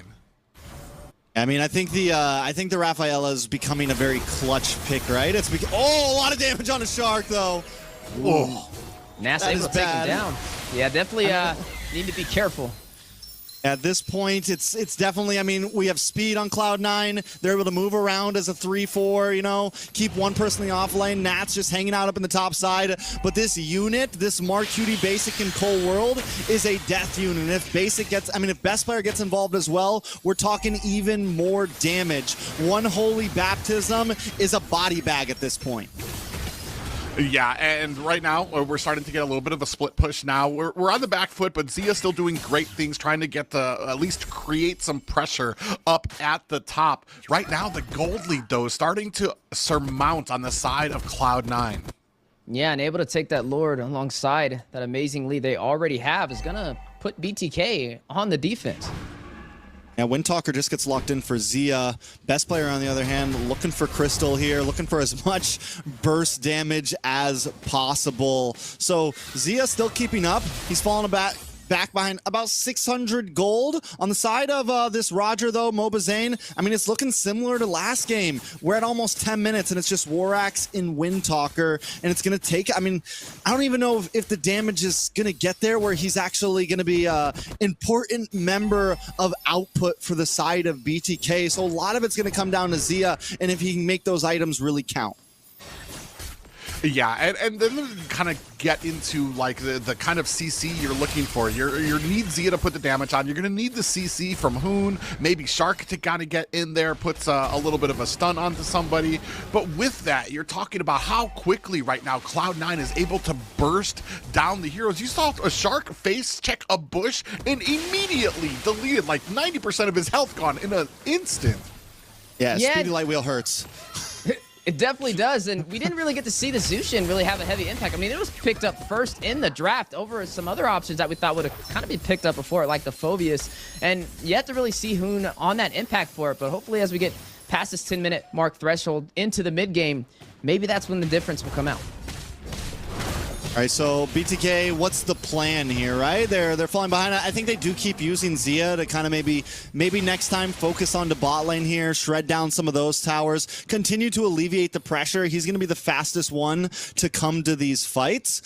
But they're definitely going to need all 5 members if they want to try to go for a Lord fight, right? They need all 5 members in terms of taking it. They need to get Fried Chicken a little bit tankier. Shark needs to get a little bit tankier. But since Basic is already online and that's true damage in the kit, I mean, does it even really matter about the tankiness? Yeah, and I mean, you're starting to look at a point of no return where the lead is going to start being so insurmountable that you're only looking for pickoffs. Right now, I mean, there still are some team fights that could be favorable for them if they do have the target focus, but I mean, Cloud9, we've talked about it before. Every single time they get caught, there's a reply. They're able to answer back with kills of their own. And you know, BTK, their team, even when behind, they play like they're ahead. And you see them already overextending past that mid-river, looking for a little bit of an isolation play to get a pickoff on Cloud9. But Cloud9, they know to kind of look out for these things. And you can see their positioning, right? Cold World, keeping Basic alive. I love the way the Nats is essentially kind of playing like a sub-roam at this point. Him and Marcuti are sticking together more, whereas Cold World and Basic are sticking together with big damage. Marcuti able to find Shark, one member falling for the Bloodthirsty Kings, maybe another. Nat's very low crossbow tang, connecting, but still not going to hit the mark. The Holy Healing outscaling the damage. Ooh, but this allows Mobazane the time he needs to be able to get that first objective, or to get that first Lord. And while they might not be able to get a great push off of this, I want to say it offers at least a little bit of breathing room. Yeah, good fight for BTK there. They get him low enough health to where they don't want to engage onto the Lord, and Mobazane just rushes it. So the comms are there, and like you said, breathing room is key at this point, because as we just saw, Zia gets the crossbow of Tang off, but it's still getting outscaled by the healing right now. It's still getting outscaled by the composition that Cloud9 has. So maybe another 2 minutes till they really pop off, or enough crowd control lands from Shark and Fried Chicken. Yeah, but right now, BTK in a position to push with this Luminous Lord on the top side. Yeah, and it's going to be coming in. You can see all the damage. Looking for a fight is BTK. Yeah, and that fight they will have as the Lord quickly getting bursted down. Cloud9 on the defense, able to prevail, and now shifting focus to the mid lane. They will not be able to stop them from taking that tier 3 turret, but now BTK finding their composure. As Zia getting more confident and more confident on the Wan as well, dancing around. Nat's also being more careful. He's not forcing any big way of the dragon kicks. He knows this is getting more and more dangerous as the game prevails. But Basic being able to shred down the Lord from that also gives Cloud9 a lot of room to breathe. Ooh, big pop-up. Yeah, and the Glorious Pathway dropping down. Best player able to take down Chicken. Did BTK overstay their welcome? Speedy Lightwheel's going out as well. Zia able to shut down best player. Now needing to get back out to safety. A 1-for-1 trade. Zia just like, I'm just going to squeeze through here, finds himself a kill, and ekes himself out from the entirety of Cloud9 team. Yeah, and literally right after that, he gets a Malefic Roar as well, which is going to be very helpful in dealing with, some of these tankier heroes on the side of Cloud9. So maybe that time has finally come. He's got Wind of Nature in too to give him even more sustainability. And I think that's why we're seeing him get a little bit more aggressive on the 1-1. He's willing to dance through the ranks and kind of jump in and out. And we've been waiting to see that big moment from Zia, I feel like, from the start of this season. We've been hyping him up. We've been wanting him to really just pop off. And if there's a game where it couldn't matter most for him to do that, it is definitely this one.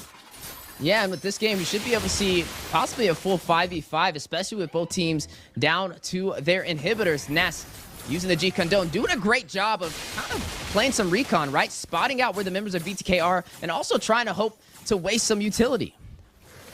Yeah, I mean, Trex was talking about it. He's basically a baby Roam right now. He's just all over the map, all over all of these bushes, getting the vision, able to maybe even waste out some of these abilities. But now we're not in the right position just yet for this Lord, as you see BTK scrambling. Yeah, scrambling, and the opportunity may become available. Best player taking the Lord for Cloud9 and able to wrap back around to the base. Look at the positioning, though, from Nas. A little out of position, but he has the mobility, the G-Condone, and the flicker play to expand the distance back to safety.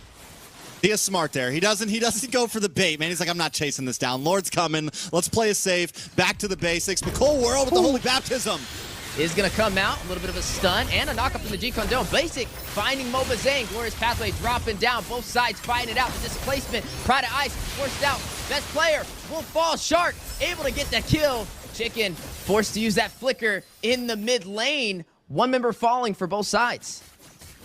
Oh, and this is it. How close Cloud9 is coming in these fights. They were so low, but BTK not in a position to really chase them, especially with the Luminous Lord coming down at the bottom. I mean, Cole World just channeling his inner Rennie J right now, channeling his inner Hitman right now. But that Glorious Pathway is coming in clutch. BTK definitely not out just yet. Right now, Cloud9 dealing some punishing blows with the setup. Basic able to take down Shark. Nas will fall. Poon able to secure that kill. A 1-for-2 trade so far. And now BTK may be able to turn the odds back in their favor. Yeah, and Zia doing such a great job right now. He is that clutch in the late game that they have been looking for. But right now, I want to say Shark, they have been finding his number basically all game. Able to find him, face checking, able to burst him down. That Speedy Light Wheel is just become a huge nuisance for him. And that's the thing with the Hylos, though. It's kind of your job, right? You just go in, you stand in the middle of everybody, you hit your Revitalize button, and you do as much chip damage and absorb as much damage and buy as much time that Zia needs to pop off. And Zia is starting to pop off. Zia's hunting more and more, and Cloud9 is feeling it. They're having to back off a bit. What BTK needs next is get one of these inhibitors down, get another big Lord play. Ooh, there goes Nas. Wasting the utility over there from BTK. They have all been spotted out. Cloud9 in position for a possible counterplay. Hoon gonna face check this bush, though not gonna step in there in a wise decision. Yeah, and both teams kind of giving each other that distance. Right now, BTK in a prime position to set up for the next Lord. But, oh, Shark's going to go ahead and face check that push. They're looking for an opportunity to kind of find one of these fights. Because I want to say these fights, they're even. They've come into their power spikes. Who's able to get the CC on there? They're just trying to set up Zia. Oh, big kick. Ooh. Way of the Dragon for the setup. Basic with the follow-through. Finding Moba Zane. Chicken. Hit the Speedy Light Wheels. Very low. Him and Nats duking it out. He can get away from the Primal Wrath. Both sides still engaging in the mid-river, but the Holy Healing keeping Cloud9 alive. Yeah, then the speed from it, the ability to disengage. Zia just can't catch up right now. He's trying, he's looking, but every time Cloud9 just gets out of range. And the big deadly thing from Cloud9 is that Way of the Dragon paired up with the Speedy Light Wheel. It is just immediate burst. It is just immediate death for anyone. Mobazane literally just walked in the winner crown right before that fight and couldn't even pop it. That's how fast it happened. Ooh, speaking of fast, yeah, and right now the pressure starting to mount for BTK. A Lord coming, and Mobazane having a rough time right now. 0 and 5, not really finding his mark, his usefulness with this Roger pick. Yeah, we got to see how effective this will be on the push with the Luminous Lord on the bot side. Yeah, Hoon doing a good job of zoning. The Zushin pick definitely helping a bit. Nats, though, looking for another big play. They got to watch out for that Cheekon Dome, and they got to watch out for that Way of the Dragon, because if someone gets picked off at this point, it could be GG's.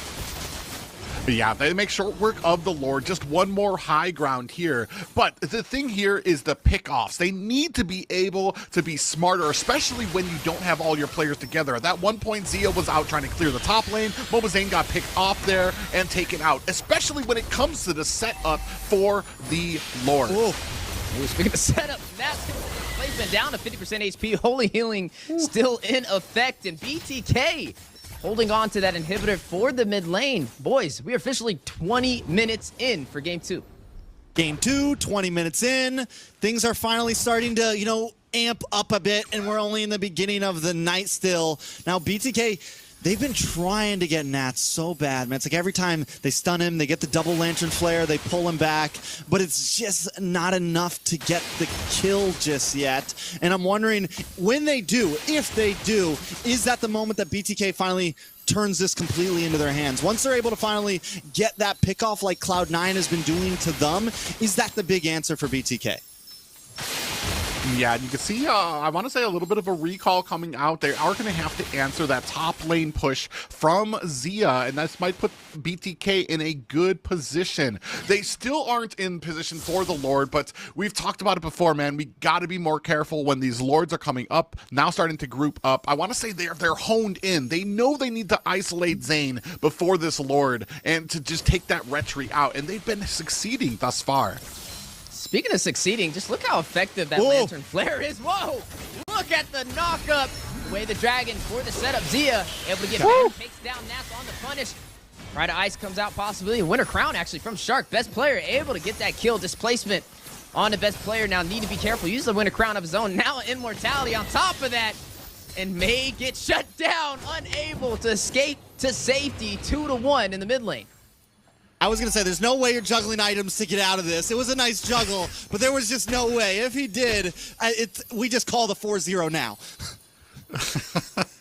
Well, I mean, a great job by BTK. We've talked about it before. It could be anybody's game when it comes to these fights. This one, not as far gone as the first game. And you can see here, down to about 10%, but they have to answer the top lane. Top lane.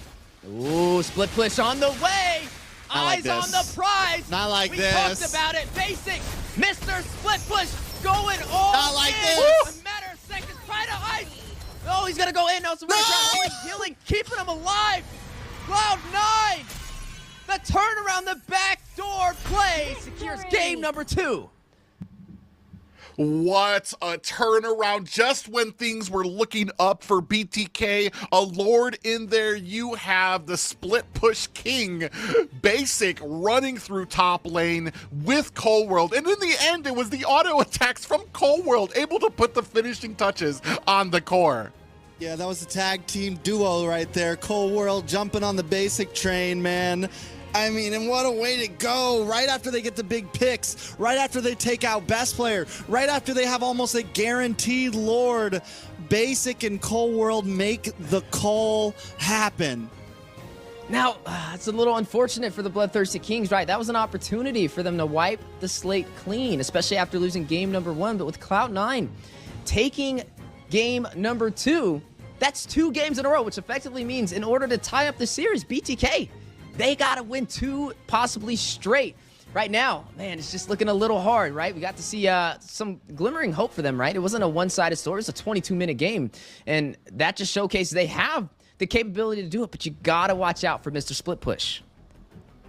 Man, I know poor Zia's shoulders were broken during that game. He had a phenomenal game. Took a little bit of time to get into it, but eventually was just outputting that damage on the Cloud9. But man, when we talk about Cloud9 right now, just the entire package coming out, whether it's Nats on the Cho, basically being that sub roam that they needed, and then that final play with the Rafaela, with Basic out there. Cold World doing such a great job of keeping his team topped up.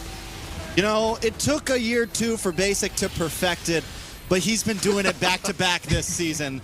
He's been pulling it off, and whether you love him or hate him, Basic has definitely stepped up his game this season right now. Another beautiful backdoor. This time he brings Cold World along with him, and it just feels like Cloud9 always has an answer right now, man. Whether it's early game, whether it's mid, whether it's late, whether they're behind or ahead, they are a team with answers in the Land of Dawn right now. Yeah, man, you got to look at the map. It always stings when you get hit by the backdoor play, and if any player is able to pull that off, it's definitely going to be Basic. A lot of engagement, though, from both sides, right? It wasn't the same story as game number 1. Game number 1, I feel like, was a little bit more of a draft on why BTK was not able to push through. But game number 2 was just purely just the map, right? Rotating around and able to get to the punch a little bit faster than the Bloodthirsty Kings, which means for game number 3, they're going to have to step it up a little bit. What was it completely just the play, or was Roger maybe not the greatest pick? We're really dipping into that Roger well at this point. And I have to wonder, is it like, is there not something better that we can maybe go with? Yeah, I mean, there's definitely some things better that you can go with. I don't think just to keep it point blank period, the Roger, like you said when we started all of this, when we started today, the Roger has had some hard nerfs, right? The Roger has had some tough days. It's had better days, but right now it's having tough days. And there were picks open, right? There was the Noland open. There was some options open. And it feels like BTK is pigeonholing themselves into something that they shouldn't have to. So we're coming into, game 3, possible match point if C9 wins again. Morale just got hurt with a ruthless backdoor. It's just, there's a lot of things going on, and I think there's a lot of things that need to be fixed. Yeah, I mean, if there's any team that is not really frazzled by being behind, by having the odds against them, it's going to be Zain and the rest of BTK. However, I mean, that doesn't mean you're going to completely ignore the pressure and ignore kind of the strategy. And right now, I mean, that last game, I want to say, I mean, despite even with the Roger, it played its role. They were able to still get the pickoffs, especially that last fight. It just kind of comes into, for me, did that last fight go in BTK's direction because they didn't have the Raphael and Basic that were trying to split push, as we've talked about, as part of a plan that they always have for a lot of these fights? Every single time there's an engagement, every single time Cloud9 lose somebody, they take 2 back from BTK. And that's a lot of questions that BTK will have to answer. So we're going to give them a little bit of time as we jump over to a short break, but don't go anywhere as we'll be right back.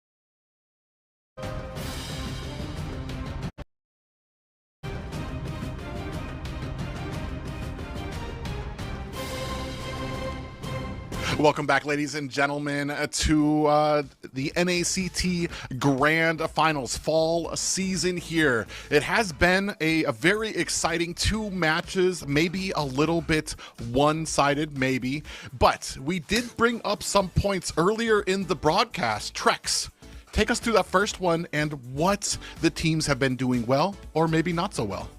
I mean, draft analysis says it all, and I said it in the beginning, and I don't mean to repeat myself, but, you know, BTK can lose in the draft easily in these 7 games if it goes to 7 games at this point. And right now it feels like BTK is scrambling in the draft. And I'm not trying to hate, man. I'm not trying to say anything, but that's just what it looks like. And they need to figure something out. They need to find some answers. They need to push some boundaries down, because if the drafts continue this way, it is going to fall into C9's hands. We've seen the Roger get picked up twice now, and both times did not do that well. I mean, Mobazane 0-5-0 in the last game, and it just feels like C9 kind of has the answer every time, to the counter picks with the Aurora, to just so many things, making sure that Basic is always comfortable in the gold lane. It feels like they don't have to try that much, and BTK may be trying too hard. Yeah, it's like putting all your eggs in one basket, especially on this Roger pickup. But honestly, with game number 2, I feel like there were still some things that went right for them. But again, that backdoor play, a little unfortunate. And now, as we move on over to strategy and execution, right? We talked about the winning conditions jumping into the series. And right now, Cloud9 is performing. They're able to pretty much keep Mobazane uncomfortable. I would say even in the draft, forcing out picks like that Roger. And then, you know, a little bit of weird strategies with that YSS flexed into that gold lane. Just got to be a little bit more effective, right? If you're going to pull out a draft with an X Factor pick, you have to see it perform, because then if not, you're just giving up what you could have picked as possible meta, something like a Ruby in that gold lane. And then we're moving on to the third I want to say point here, which would be team synergy. We have seen a much better, much more organized BTK here. However, there are still some of those little nuances that come out there. We've seen Shark get picked off, especially in the early game as well. When it comes to some of these pickoffs, Mobazane has been getting caught as well when it comes to a lot of these team fights. And it's not even really, I want to say, a synergy issue. It's when you're combining it with the strategy and all these other points coming from Cloud9, because they always seem to have an answer. Yeah, you know, normally I would say by game 3, player mental wouldn't be too big of a deal, right? But at this point, with the way that game 2 went, you gotta feel it. You gotta know that the pressure is now on. When a team like Cloud9 is just, Even when you have the lead, they find a way to beat you. Even when you fight for 20 minutes long, they find a way to beat you. They give you pressure in the early game. Now, Cloud9 is, I mean, they're feeling good about themselves. Their morale is high. And BTK, on the other hand, is going to have to find a way to push past this. Look at it one game at a time. Yeah, they got us in the back door last time. This time, we got to come back, look at game 3, and hold strong. All right, ladies and gentlemen, that's enough from us. After this break, we will continue on to game 3.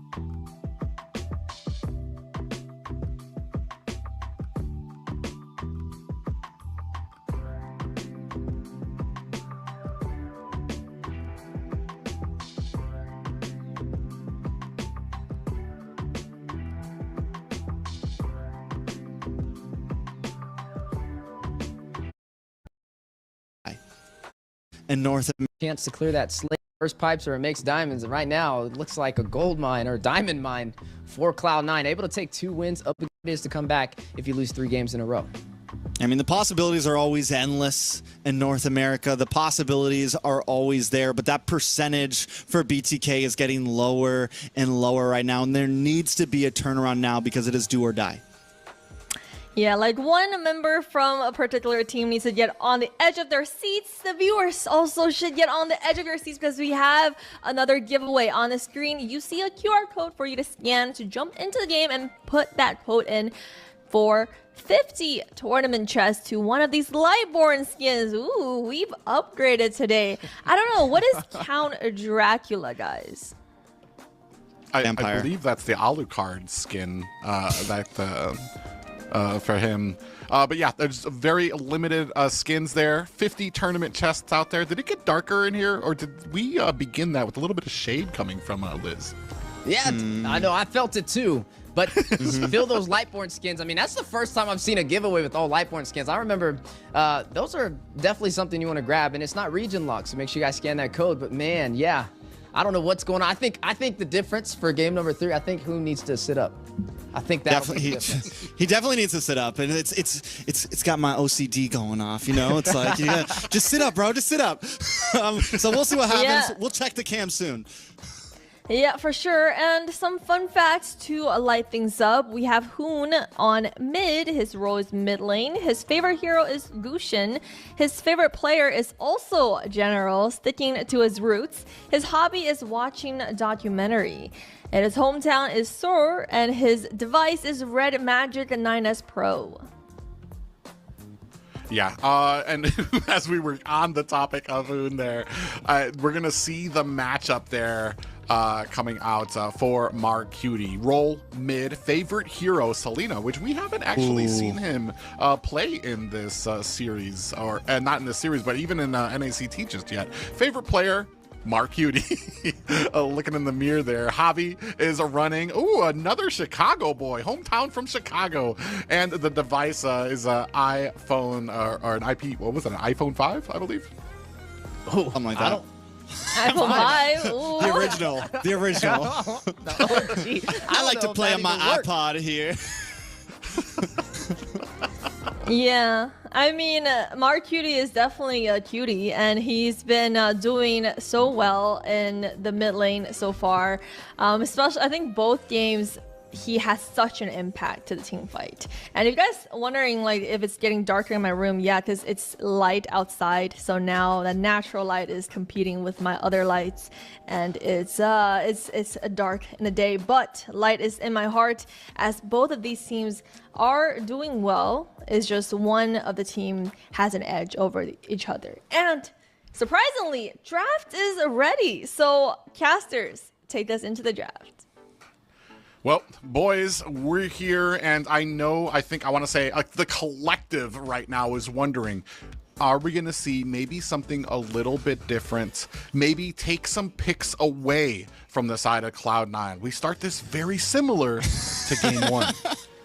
Yeah, the Phoveus has been a threat. We don't really see too many answers for it. We've seen the Hylos was a response back from BTK the last time we were in this position, so I wonder if they're going to go in for that again. I wonder if they even seen the Roger as a problem in their draft. I mean, effectively, the last game, right, there was a chance for them to actually win that out, but a couple of misplays in the end in the backdoor opportunity from Basic prevailed.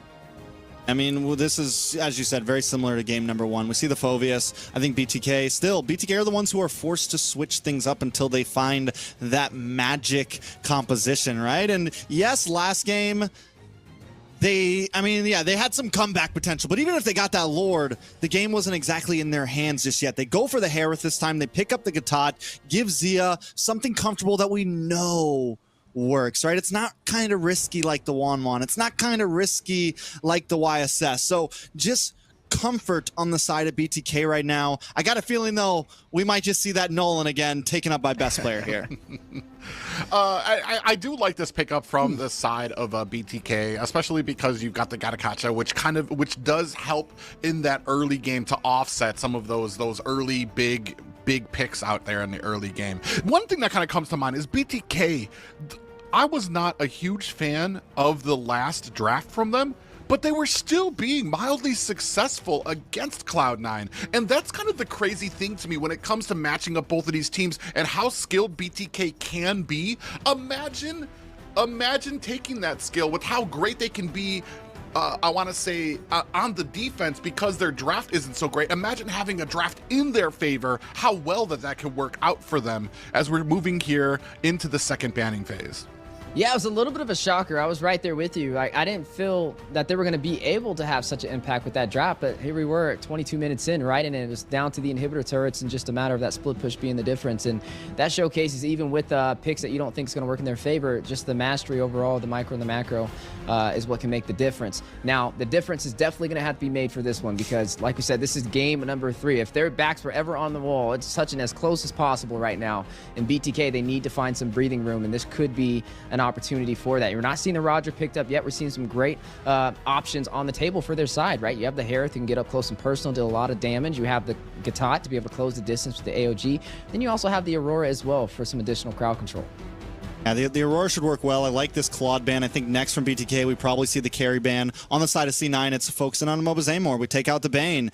Possibly, there's the carry ban. Possibly Nolan ban next just to focus down more. Or if they really just want to be like, let's see if you can play Nolan, they ban out the Roger here just to really, shove the dagger in a little bit deeper. But on that side, after whatever this last ban is, BTK, they need that jungler, right? They need an EXP laner still, unless they flex this Gatot over. What do we think some possible picks are, Private?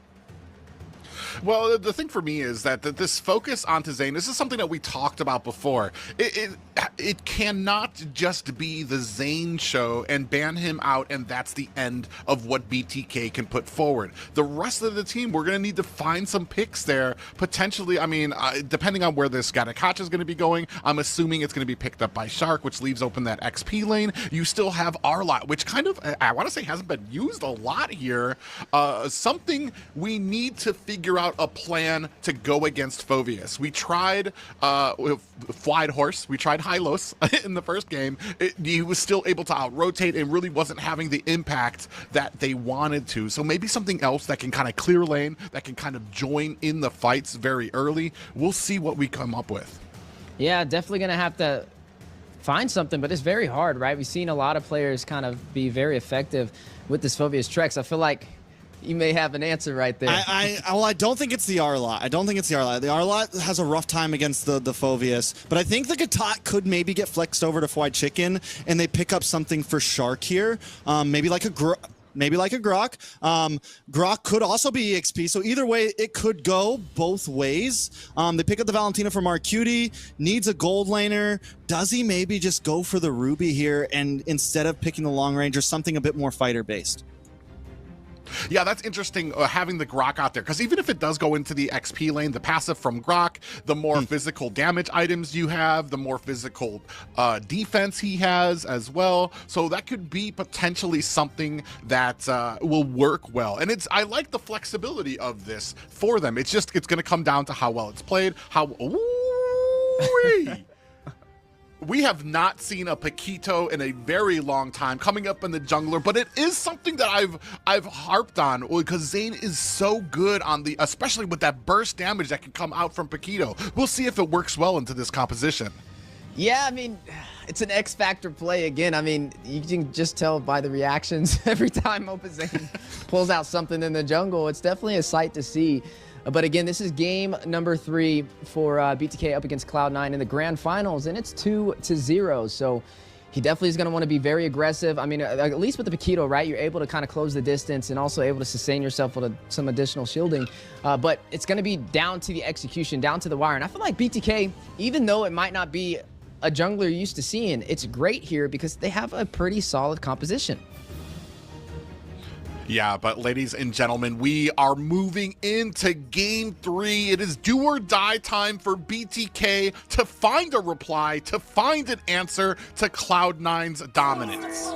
Okay, so taking a look at the draft, it does look like that Grok is going to be EXP lane. Wondering if he's going to, you mentioned it, Private. Wonder, does he go damage here? Does he pick up the Blade of Despair first item? Does he go all in? This is not a new hero to Chicken. He's comfortable with it. It also gives them some nice crowd control, some nice engage and disengage.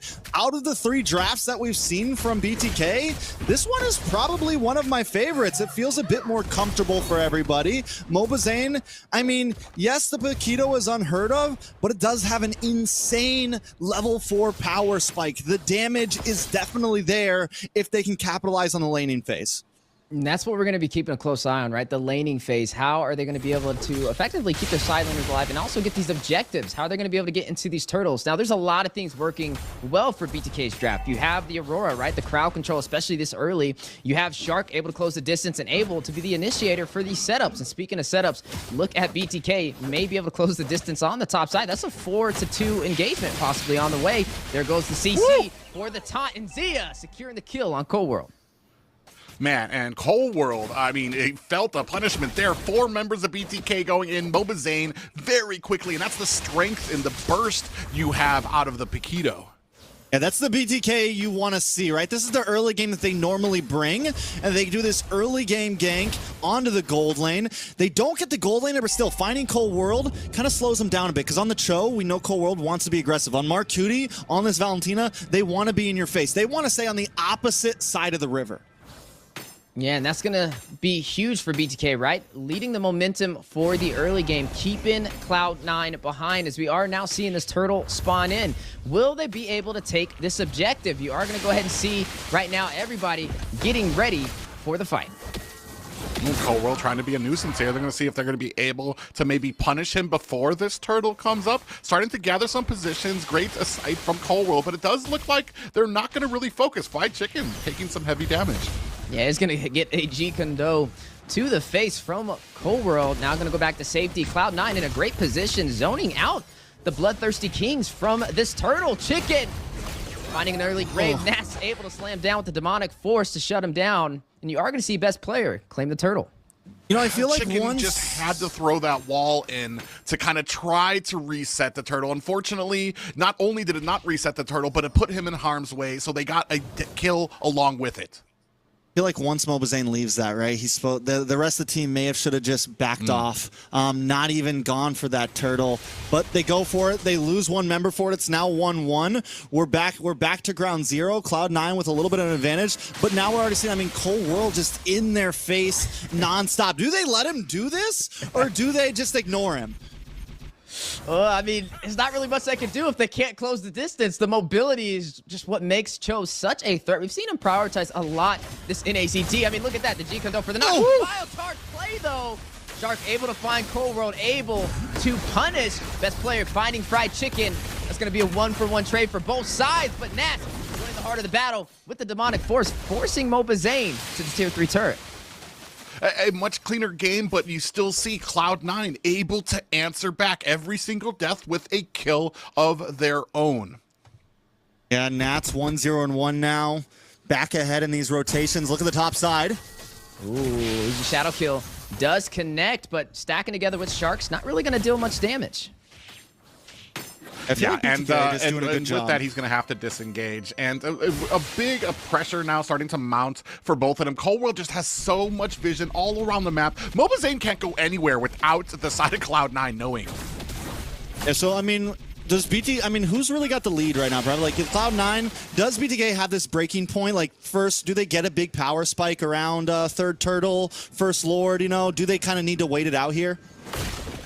I mean, that's a good question. I think it works for Zia, though. You got to look at where the kills go, too. I mean, the marksman technically got a kill for the Bloodthirsty Kings, which is going to kind of help him scale as we progress to the mid game. But right now, another turtle in play, and you're looking at Cloud9 trying to get that position, trying to wrap around for the setup. But this time, the full 5-man of BTK for the denial. There goes a little bit of crowd control on to Cold World. Watch Shadow comes out, a weak shadow kill as well, but BTK stacked together to share the damage, but there comes Nas like a train, wrecking the Bloodthirsty Kings with the demonic force. Very low, Hoon able to take down Nas on that aggressive play.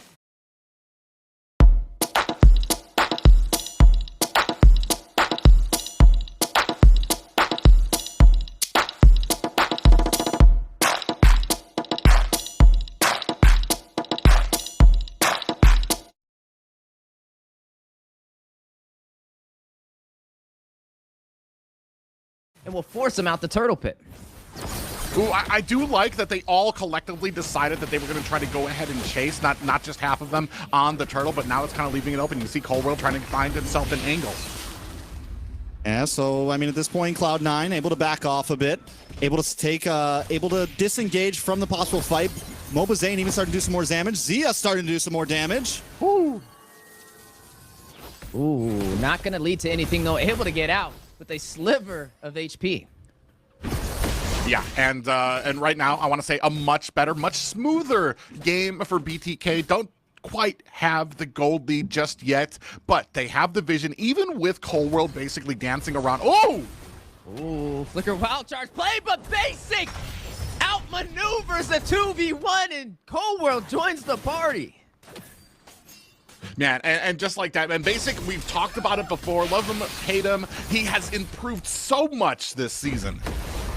Yeah, I mean, Basic at this point has just been able to dodge everything that BTK tries to bring at him. He finds the backdoor answers, and BTK, they have the damage like Mobazane, deathless right now. He just needs to actually get that first kill. He needs to get that second kill. He needs to be able to connect with his team. Speaking of connecting, 3v1 on the bot side, but Zane able to delay the push for the tier 3 turret. Yeah, and I mean, he right there, he was trying to get the damage onto Basic, kind of ignored the minions a little bit there, but now we have a 3v1 under the tower for Fried Chicken. All right, nothing gonna happen major. Best player farming at top side. Taking a look at the gold. Cloud9 getting away, but let's take a look at the items. Best player has Hunter Strike, Malefic Roar. Zane on the other side has Hunter Strike, working on the next one. Maybe going into Endless Battle here, get some true damage off. On terms of tanks, Cold World up against Shark. Cold World, I mean, is kind of taking a more roundabout route here. Has taken 2 deaths, is a little bit slow to the party, but still, just that alone, the fact that it doesn't have a full item complete, but is still in their face so much, speaks volumes. Speaking of volumes, look at the split push on the top side. Basic able to take a turret for Cloud9 and the Spear of Destruction. Decides not to go in, and Moba Zane and BTK will take the turtle.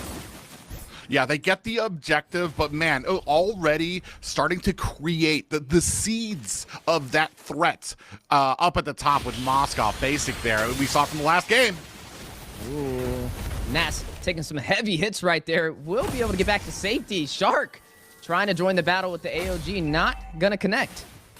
Yeah, but at least does kind of create space for his team so that Cold World doesn't try to force down another big response pick. Zia also now getting some offlane towers. So BTK running smoothly right now. Even though they're behind in gold, they're winning out on turtles. They're able to at least keep up in these fights right now. And their composition is only going to get stronger as this game moves forward.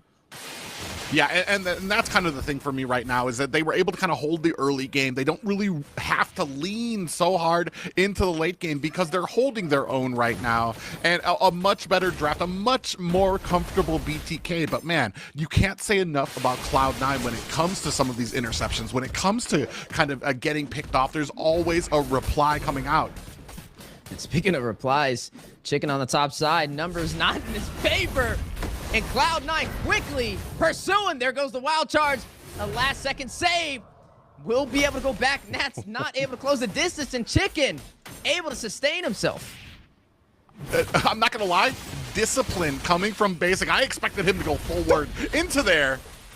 Speaking of forward, the way the Dragon and the Divine Force combination, Zane able to outlive 2 ultimates, and back to the base he goes.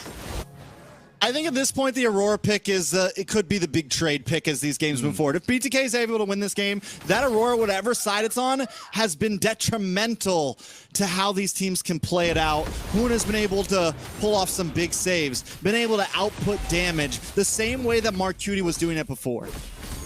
Yeah, the name of the game is CC here, especially when it comes to some of these like frontal assaults coming from both of the opponents here. They don't really have a backline dive. Ooh, comes in with a kick. Yeah, both sides trying to set up for this Lord. Is still surprisingly 10 minutes in, 3-3 on the scoreboard. Definitely playing for these objectives, but with this objective on the table, who will be able to turn it in their favor? I mean, I don't know. With right now, BTK doesn't want to try to play slow around the Lord. They always seem to want to rush it. Let's see if they can pull it off. Yeah, Cold World taking some damage, able to sidestep the wild charge from Chicken. A little premature right there, and now buys Cloud9 a little bit of room in the Lord pit. Yeah, and the Lord reset here. Both teams are looking, I want to say Cloud9 a little bit more comfortable in there, looking to try to start a fight here. Goes in! With the quad shadow, Ouija shadow kill as well. Not going to deal the final touches on to Shark. That's going to be a lot of utility baited out. That'll buy BTK some time for that Lord push from Cloud9.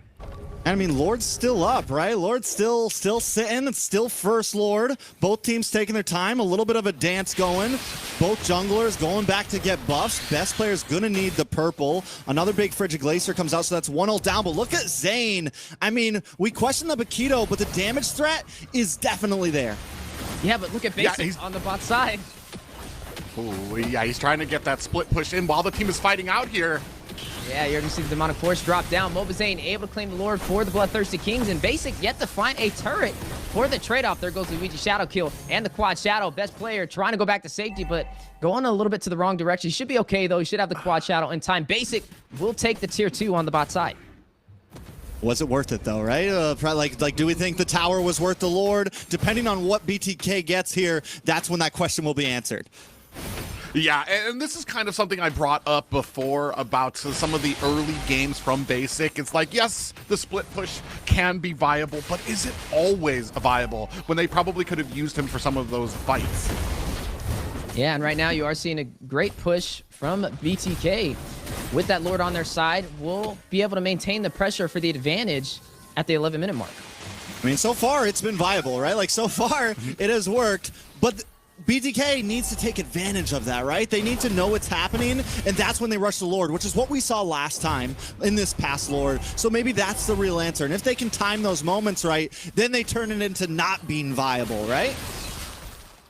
Yeah, and that's the biggest point there when it comes to not being viable. But, I mean, they're doing such a great job here right now. Still kind of hanging behind when it comes to the gold lead, but the macro is on their side. And speaking of macro and micro, both sides are going to be fighting it out possibly in the mid lane. A lot of utility wasted right there, but here goes the engagement we were looking for. Zia able to find NACT in the heart of the battle. Hoon finds Cold World, 2 members dropping for Cloud9. Maybe more with the Ouija Shadow Kill, but Moba's able to take down best player, but not before he finds Chicken. Basic able to respond back. Will take down Shark. That's going to be a 3-2 trade. There goes the Immune on a Basic. Need to get away. Back to safety. Zane will not follow through with the chase. Both sides very low and a fair disruption. Almost down the middle. We were talking about needles through threads earlier. That was a needle through a thread, Private. Yeah, they're a collective sigh from the rest of BTK as that just whiffs just narrowly in between all of them. Because I want to say Basic would have been a huge factor there. Probably would have been able to take at least 2 of them down. I mean, knowing Basic, he would have gone for it, right? You know, Hoon's still laying down. I would have thought he would have stood up by now. But right now, BTK, they're providing a lot more pressure than what we've seen, at least in Game 1. Game 2, it was building up, but Game 3, we're starting to see it make a difference. And, you know, best player just locked in another item. He's 3-1-1. We're starting to see that damage start to really work out for best player. He just got a couple kills. Yes, the big trade happens, but it is starting to happen. The pressure into the backside is becoming worrisome for BTK. And even though BTK does seem to be winning out, at least getting the extra kill in these fights, there is still a lot of threat, and they have to play correctly. And right now, Cold World doing a great job trying to bait out abilities going into some of these pushes. The rest of BTK looking to go ahead and start on this objective. Yeah, and I mean, the difference with this one, though, is you are going to see Basic possibly for this engagement, or is he going to go in for the split push again? Last time he did it, he was able to take a tier 2. Yeah, I mean, so at this point they dance, and for the first time in several games, we're seeing the dances be a little bit slower, right? They're playing more around the Lord. They know they need control. Take a look at that bot lane, but wait, conceal play. Yeah, they saw Shark very low. They decide to engage. Wild Charge connecting from Fried Chicken. Only going to knock up Basic, though. He will respond back, taking down Chicken. Best player finding Moba. Zane, the turnaround play with the Ouija Shadow Kill. AOG, Shark trying to get away. The way the Dragon stopping Zia in his tracks. Nats able to find Zia, able to find Cold World. Nats getting the double. Find Shark, and Basic will find Zia. A full wipeout.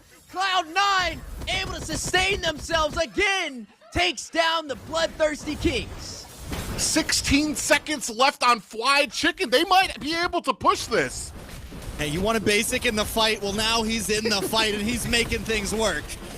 Yeah, and right now, looking to try and secure a game number 3. Flawless series so far for Cloud9 and BTK, yet to find an answer.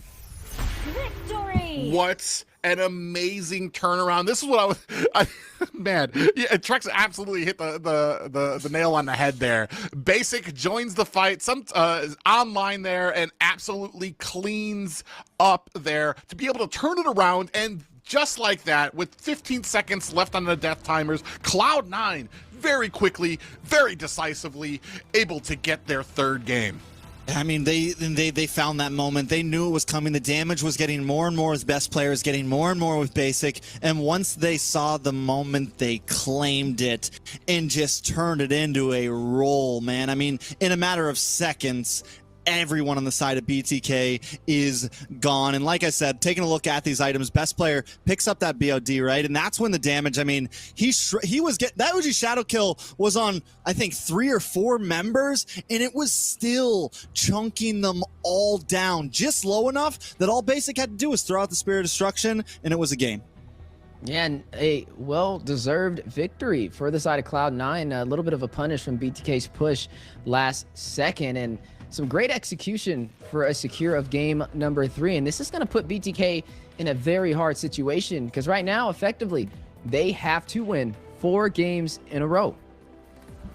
Yeah, exactly. I want to repeat that. They have to win. Have to win. There is no more options for them right here, and they have yet to be able to find an answer. Cloud9, when it comes to the draft, when it comes to knowing their power spikes, when it comes to having that pressure all over the map. Yeah, I mean, what's the magic answer right now? Taking a look at these replays, BTK start off game good. They get first blood, then Shark goes down, and they're trading blow for blow here, right? And I think this is kind of the story between these two teams. They're willing to go blow for blow.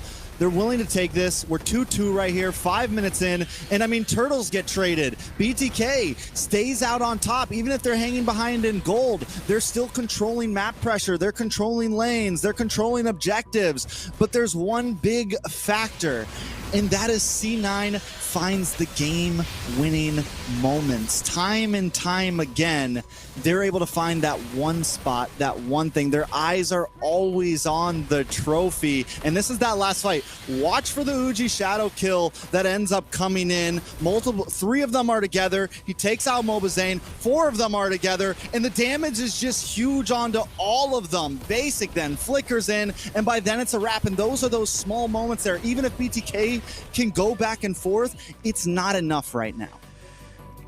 Yeah, and I don't even know where you go from here. The BTK has yet to be able to find those answers. Maybe it kind of comes down to the point where Mobazane, I want to say it was a successful pick for him, but a lot of those early kills did not go to Mobazane. I believe some of them actually went on to Zia, and maybe when you have it more organized, where Paquito is a little bit more fed by the mid game, by that late game, he's able to kind of get some of those one shots. He might possibly be able to be that force he needs to be, and I'm wondering if maybe that kind of came into play. Yeah, it's kind of hard, right? I mean, you're just seeing a lot of things go right for Cloud9 right now. Even when it looks like BTK is in the lead for the match, a couple of mistakes, and they're right back to square one up against Cloud9. And now, with their backs against the wall, this is the first time we've ever really seen these two teams not go, bar for bar. Usually in the grand finals, we see it's one win, then one loss, then